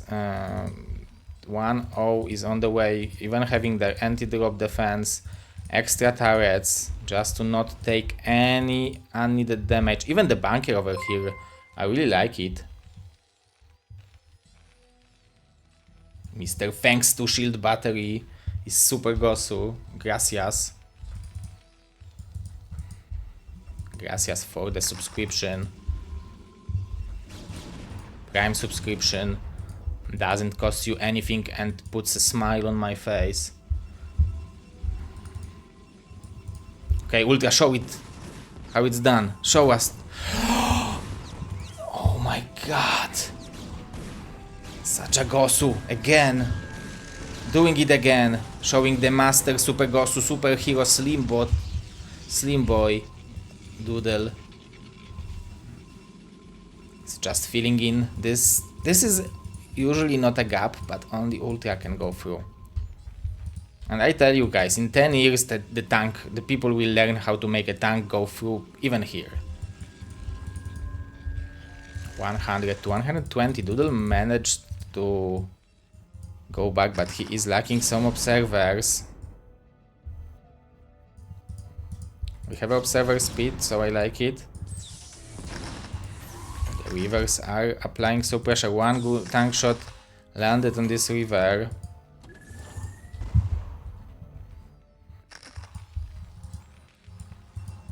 We have so many shuttles. Seems like a timing attack maybe, but the number of turrets in here is just insanely good, and that's a great read from Ultra.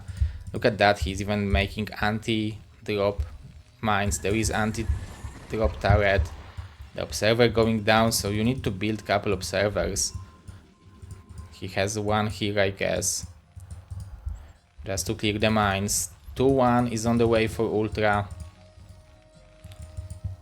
And we have 3 shuttle drop into the main base. There is even a tank over here, or it's just a lonely tank.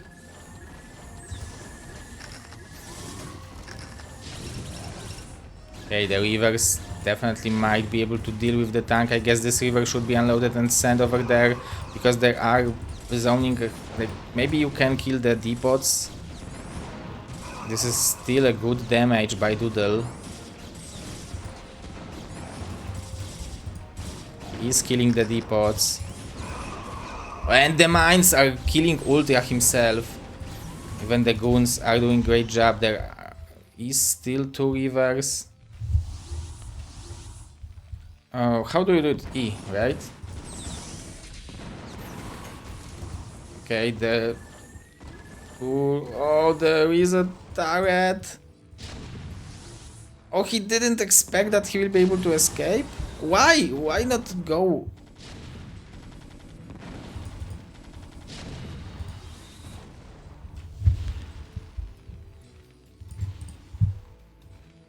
Okay, but this was 3 shuttles, 2 rivers.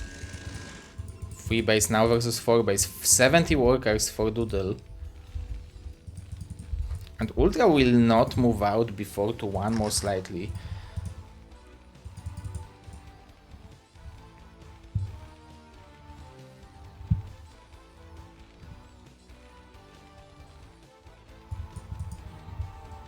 Small force just to buy time.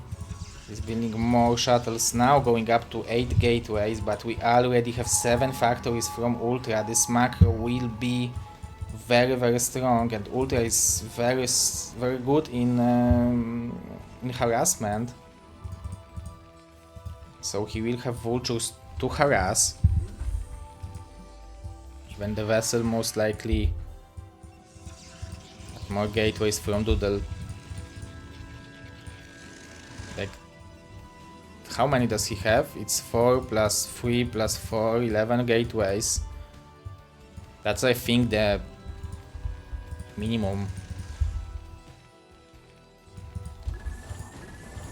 3 shuttle drop again with 3 rivers.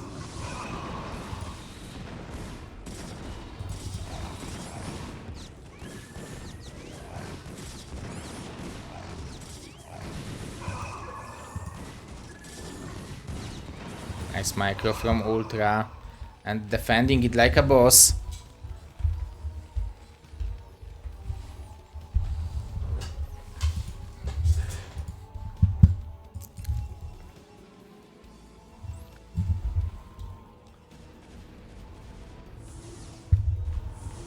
I guess it's a move out timing. 2-1 is done. A lot of tanks are left. Ooh, nice interception of the goons from Doodle. What a beautiful play from Ultra, not allowing the goons to escape. There are some Templars. Oh, even the mines are chasing the goons.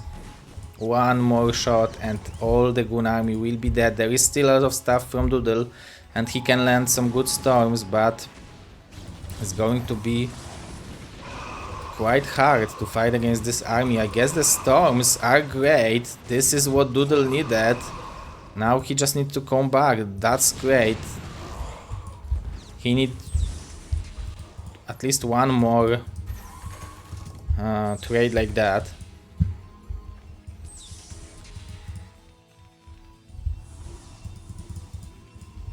Now 0 versus 2-1. Will mine from extra base. The DTs are being... Okay, they killed one Goliath, so not the best trade, I would say. We have 3 Templars, so that's great for Doodle. He just needs to buy time. He can even sacrifice this base and start mining from this one just to gather the army, which will make sure that he will trade efficiently. Whoa, 3 goons. We are going for the counter attack. Very interesting. I mean, maybe with the shuttles it would make sense because he would clear this small army, but now those vultures should tear apart this army. And a lot of zealots are dying the way that it would be great to have them for the bust. On the other hand, they are buying extra time. Ultra not wasting time as well, expanding on his own to the 4th base. There will be expansion over here, but the mines are blocking the Nexus. We have the Zealots. That's a great way to deal with the tanks.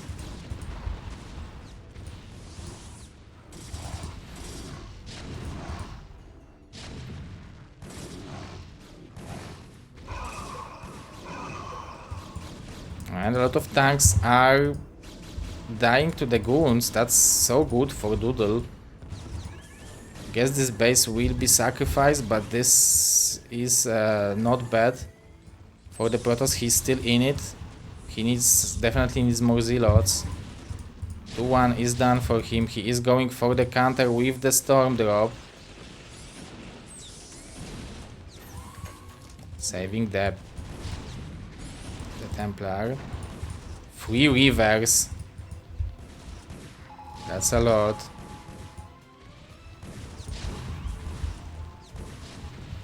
Are we going in over here? The goons need to go to the high ground as quickly as possible. There will be some reinforcing vultures, nice storms, but he needs one more to finish those 2 tanks. They are dealing extra damage. It's already 2-2, 3-2 will be there probably soon. 3-2 is there now. And that was, I think, waste opportunity for better trade for Doodle, but still he has this base maybe not secured, but like I guess only secured. He's still mining well. He can play it out. He just needs to trade well. Those tanks are exposed. No vulture support for them. This is a painful loss for Ultra. But at this... like with this, he will secure maybe this position to attack one of those 2 bases. Doodle will trade against those 3 tanks as well. Oh, he decided to go to save this base. A little bit of sloppy move. I guess that's perfect amount of units left. What the hell do I know? Zealots going in. The Reavers, he need to unload them because before the Goliaths. Beautiful storms. Beautiful river micro, and Doodle is holding on every front. But it's not like Ultra is hurting, he is still mining a lot.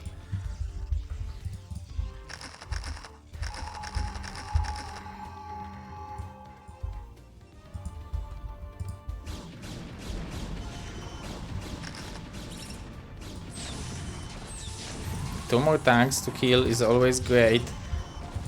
This probe interception is beautiful by Ultra. Doodle wasn't expecting that, and this way Doodle doesn't have Nexus here, doesn't mining here. He is okay with those 3 cannons, will just defend the base.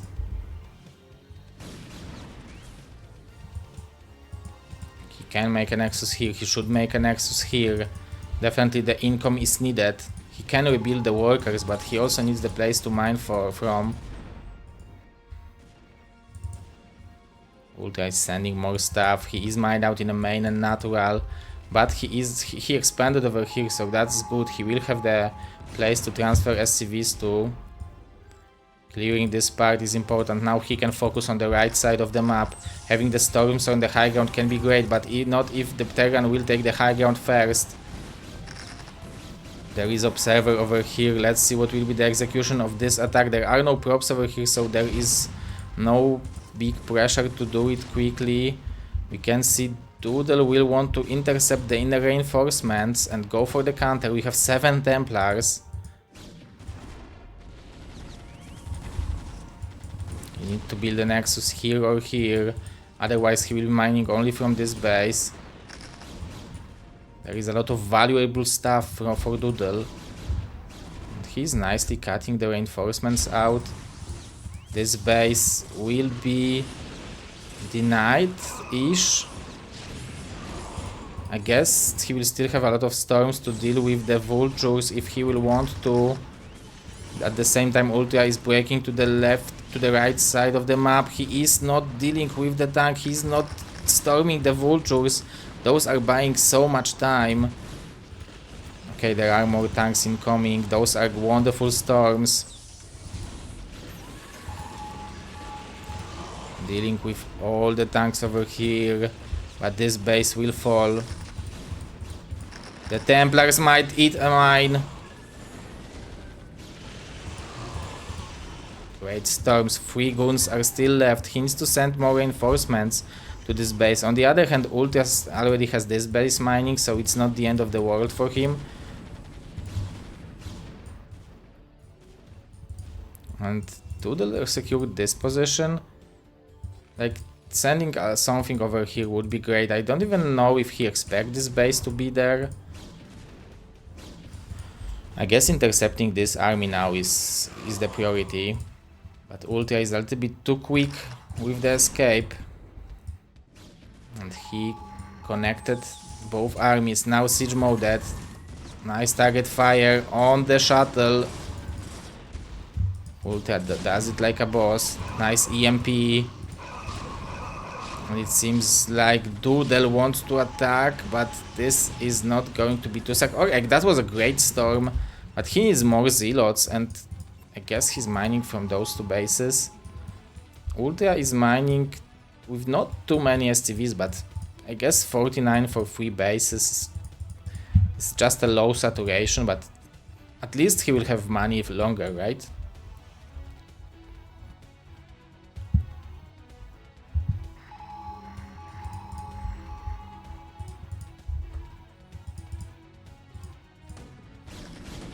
Let's see. Ultra sieging. The storms are great. What are storms from Doodle? Those are basically only Templars. GG from Doodle. And Ultra is tying up the series. 2-2-2-2 or 3-4-3-4-3-4. So TT1 Andy and Babo Belladonna will be not a decider.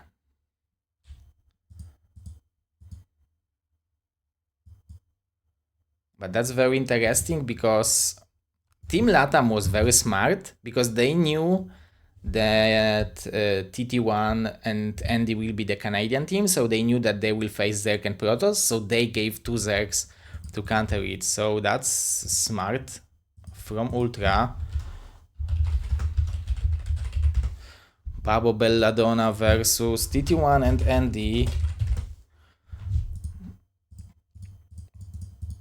I will go pee real quick. I will give you short commercials and we will be back in 1 minute or two. After my quick pee, I will give you some great. Where is it?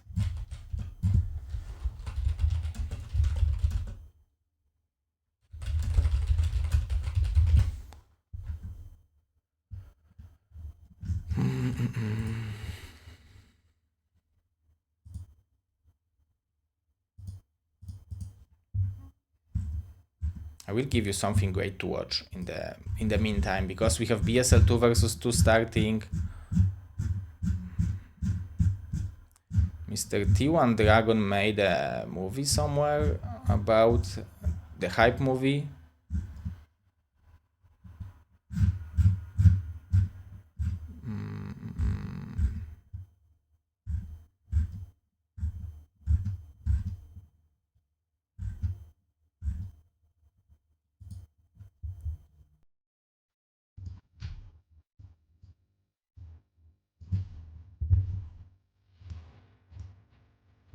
Lately, I feel like I'm thinking about the game much more. Like, I'm watching almost every replay.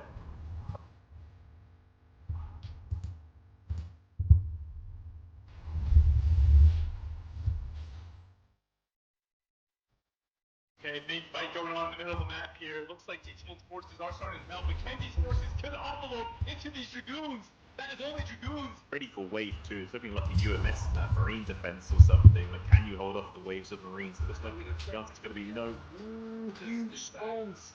Wow! Yeah, man, here we go. They're like, it's time to bust, and they're going to be able to get those zealots on their first tank damage, man. Wow, Zeke killing a ton of Sair. Is it enough? Right?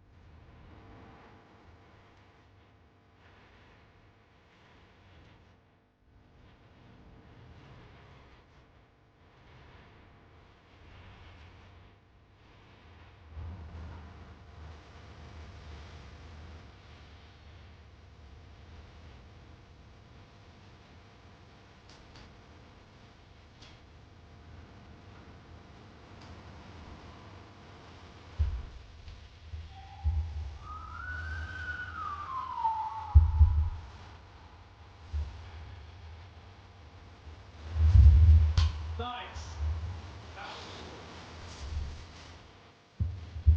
Yeah, that was great.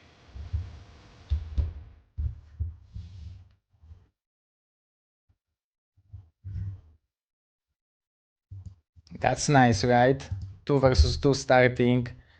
BSL 2 versus 2 Pro League. Season 3, we already have some strong teams signing up.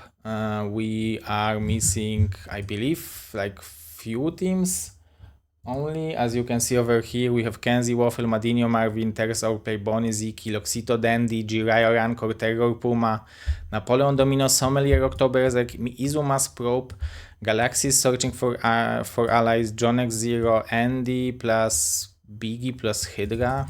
Hard to say. Babo and Ultra confirmed, and only Dark JD Conan. So very, very interesting. But now let's get into 2 versus 2.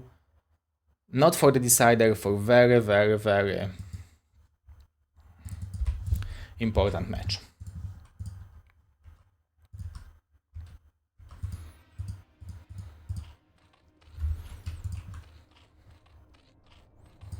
So, spawning on the top right location, we have Babo. On the top left location, we have Belladonna. They are representing Team LATAM. On the bottom left, we have Mr. Andy. On the bottom right, we have Mr. TT1.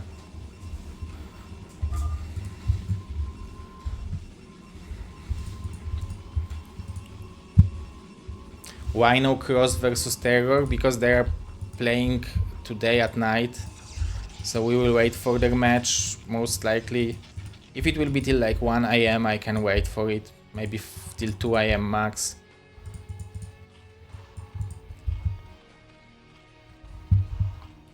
Let's see what will be the score of 2 versus 2.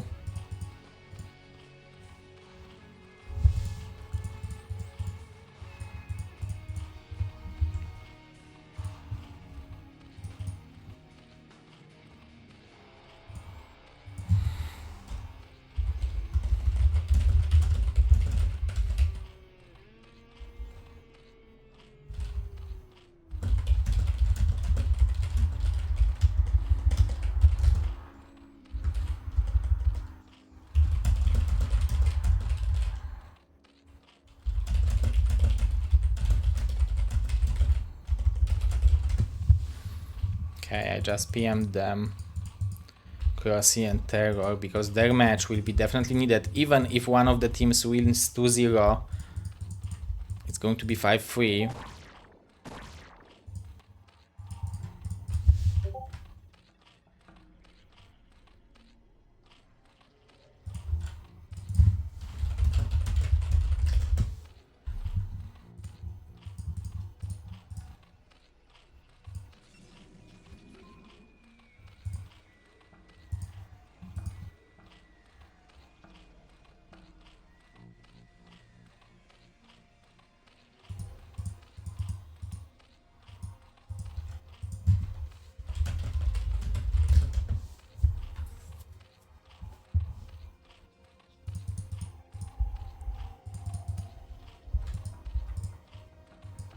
Okay, let's focus on 2 versus 2. Sorry, I'm scheduling the boys.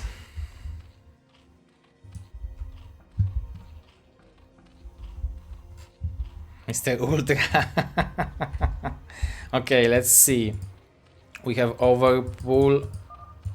Oh my god, that's very defensive opening from two Zergs, I need to say. And TT1 is going to give cannon to his ally.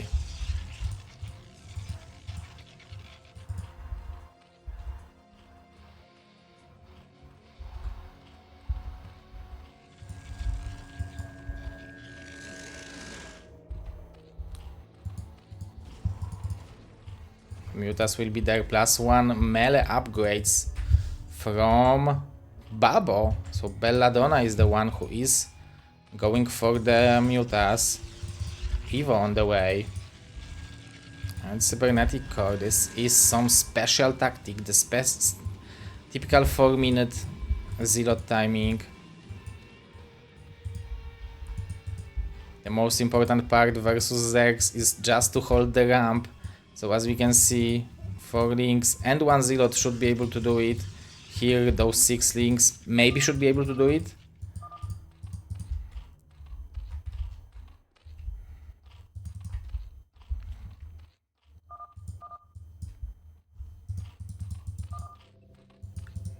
Mutas at 4:45.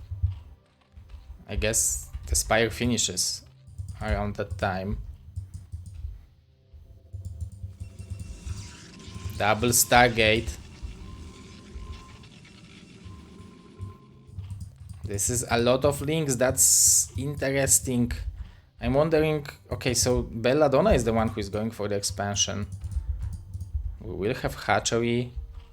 Very smart to place it close to the cannons. I guess if TT1 would want to, he could make a cannon like here. Or maybe even extra pylon. I guess cannons are not that strong against Mutas as spores. +1 weapon will be done at some point. Belladonna going for the car pace.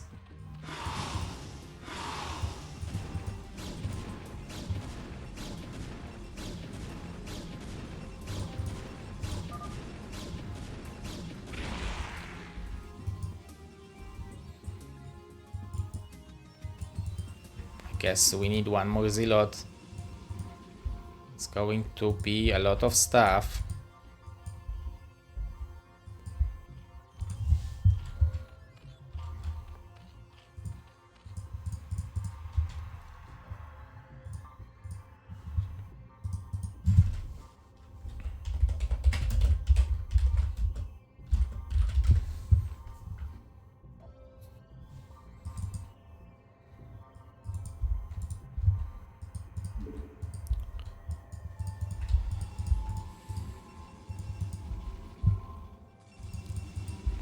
I don't think those mutas will be able to do too much against 2 Stargate Corsairs. I mean, the car pace would be great.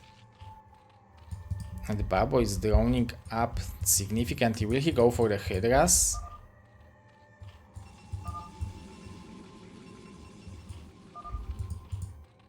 +1 car pace.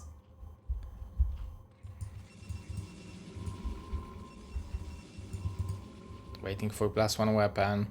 I guess it's going to be the timing. +1 car pace versus +1 weapon. Very interesting.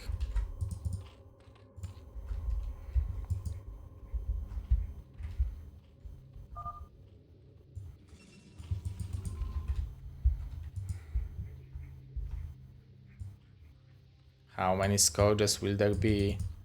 There is a spore. There are 2 spores as well, but he needs to defend against the links somehow, and they are not seeing the move out. Babo needs to defend his ally. Who has more links? Is it Andy or is it Babo? And Belladonna. That's the spores which are falling. That means that the Overlords will fall as well. That was a misplay by Babo, in my opinion. He should have kept the Zerg closed. He will defend it, but it's painful. This is a lot of drones losses. This is a lot of Overlord losses. This is a critical damage. 1-1 on the way. Babo has some drones, so he will make some spores. But look at Belladonna, he has free supply.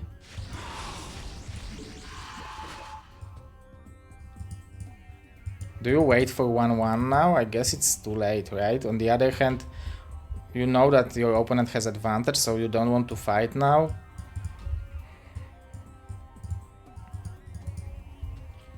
But Belladonna is so behind, and TT1 still making more Corsairs. 11 Corsairs, 12 Corsairs, holy moly, there will be no Overlords for... Like, he doesn't care about 2 spores here. I guess we are waiting for 1-1. Yeah, like 2 spores is nothing.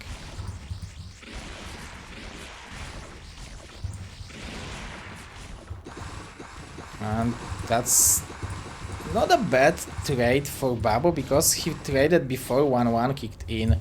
Normally he would be crushed badly by those links, so lowering the number of links before 1-1 kicks in, this is what Babo nailed with. Okay, so now it's time to supply block Belladonna again. Poor LATAMs, they will ban Corsairs from the next Copa America.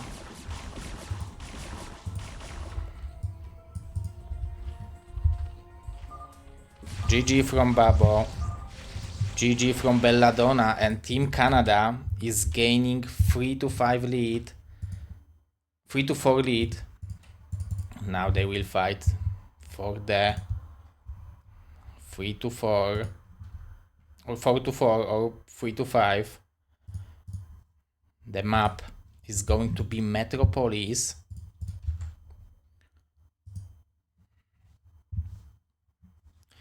Oh, I didn't. Let's do it. You didn't tell me that I didn't fix the overlay, guys. This is TT1 Andy, Babo Belladonna.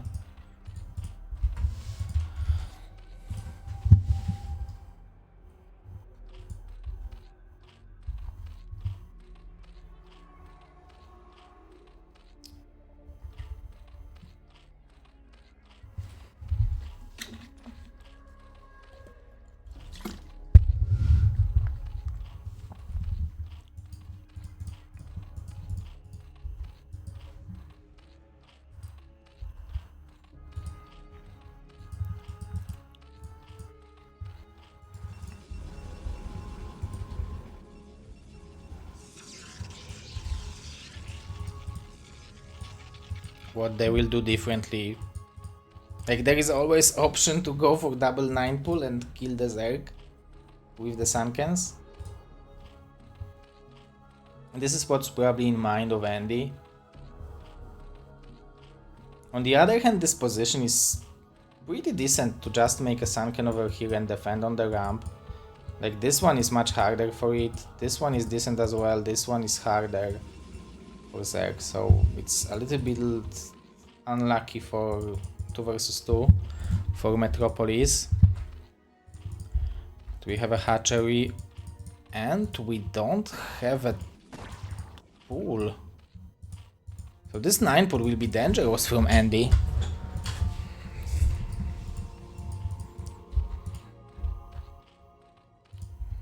It's going to be 9 hatch, excuse me, so actually the Lynx should be able to defend the hatchery. And hatchery from Babo as well. Holy moly, that's a greedy play from Zex. I love it. I mean, they will probably allow Team Canada to escape with no cannons, but look at that. TT1 is still making cannons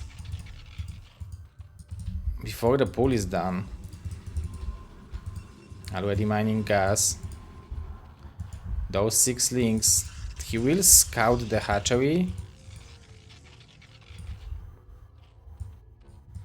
Look at that. 9 hatch is actually great versus 9 pool.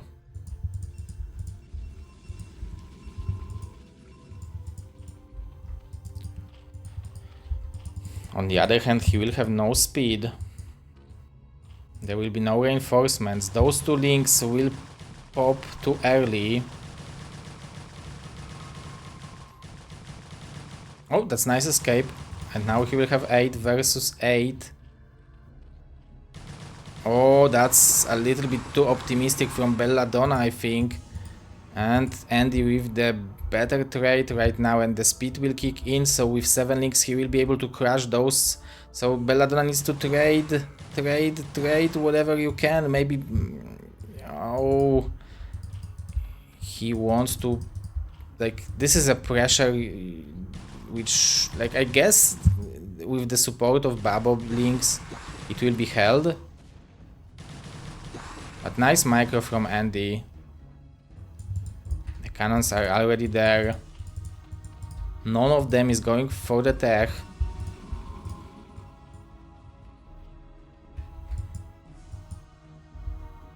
And Andy is using the speed for the links, but now it will kick in for Belladonna. Is it Belladonna? Yeah, Belladonna.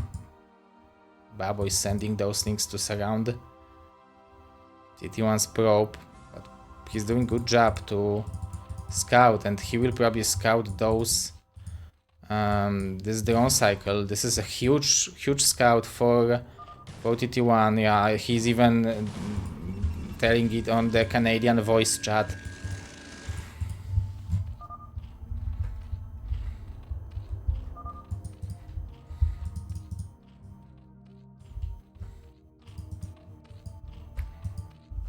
Eight drones in total. Still double Stargate. We will have Hydras.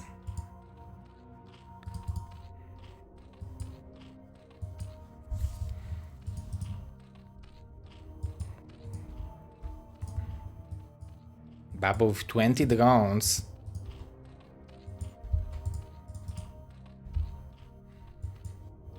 Oh, nice run by from Andy. Killing one, killing 2 drones, maybe even 2 drones. Nice reaction from Belladonna.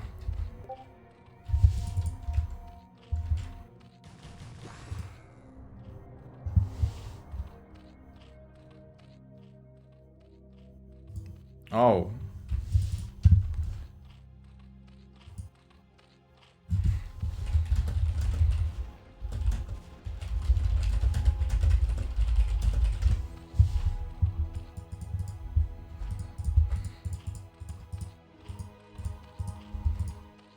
Oh, I think TT1 should be Protoss.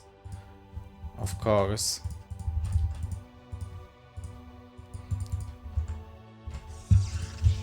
Third cannon. At the Hydras.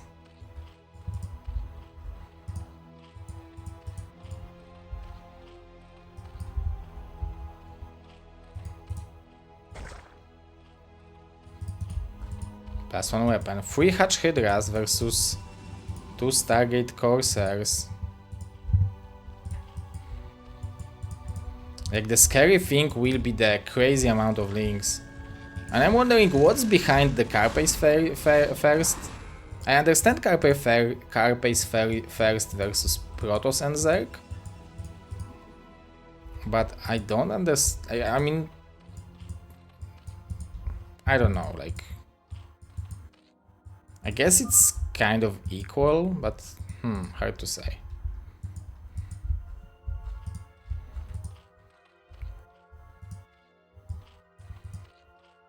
+1 weapon will be done a little bit faster. And the Hydras are really helping to deal extra damage from the back. Out of drones from Andy. Babo also droned up significantly. Maybe even he will even go for the lurkers.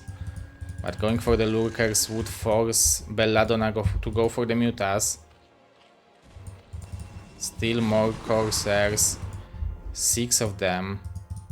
Why there is nothing beside the spores?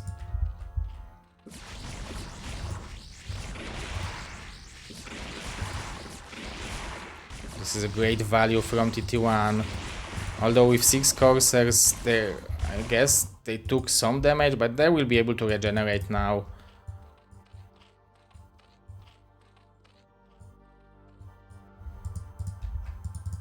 +1 weapon is done, but there is no Carpace yet.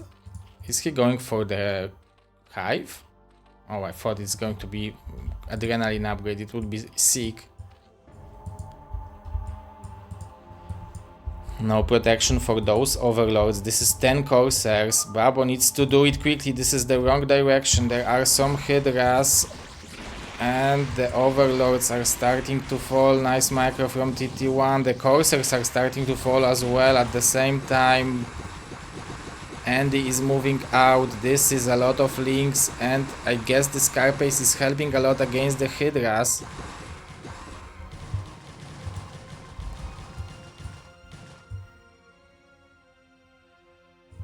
That's a lot of stuff.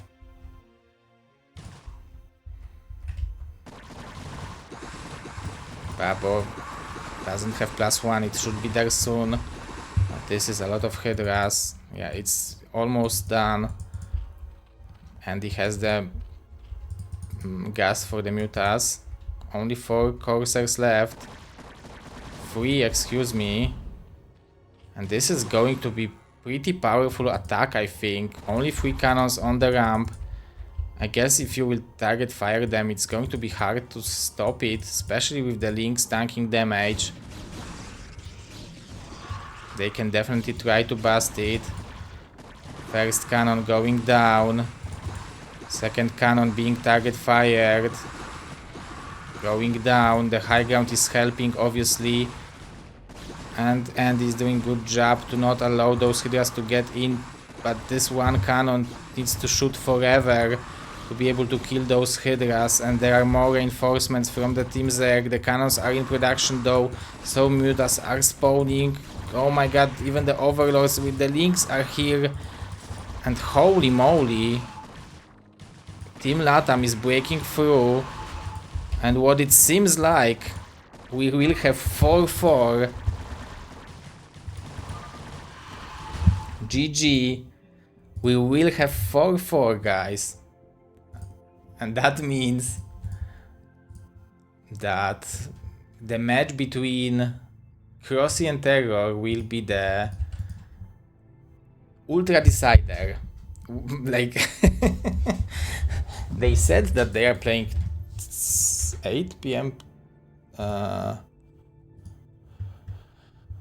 8 p.m. path. 8 p.m. path.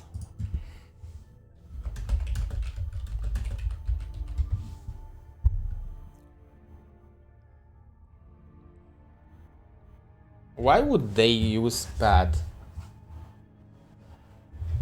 Yeah, Mr. TT1, I would want to, but I don't know exactly. If they are playing in like 1.5 hour, in like 1 a.m. maybe I can wait. But I don't want to wait too much. I blame Izu for this loss. Mr. Madinho,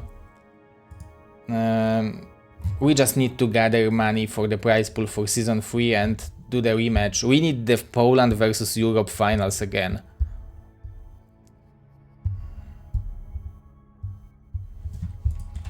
Nice series. Yeah, we need Nation Wars non-stop. I agree, this is great format, I love it. Especially with best of 2. It makes it so interesting. It's so interesting with best of 2 because each individual match matters. I love this format in the bracket stage. I am so proud of it. Please no best of 2-0.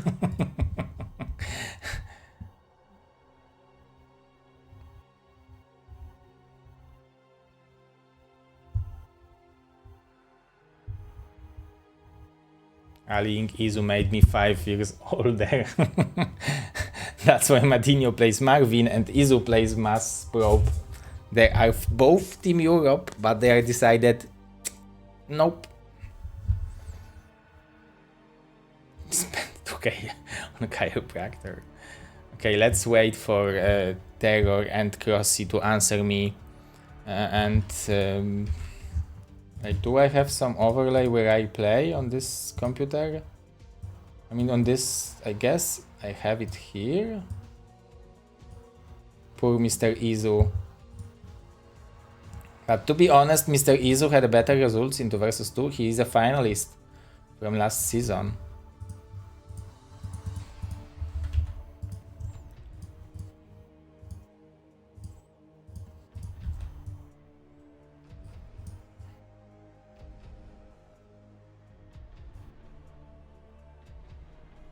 Oh my god, it's 5 hours.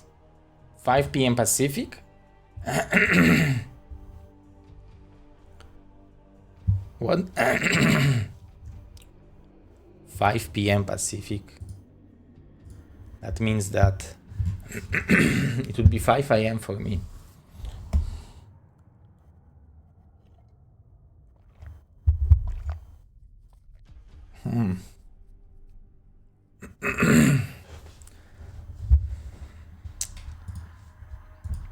Yeah, I will cast with my son on my chest.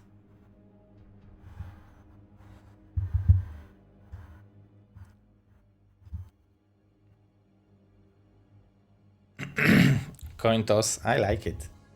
Like, we made this format like lower bracket and stuff like that, and now we will make it a coin toss, like. But this is interesting. 5-7, now 4-4, and Crossy versus Terror. This is no slouch. This is another expression. I don't know what it means, but it feels like it's good in this circumstances.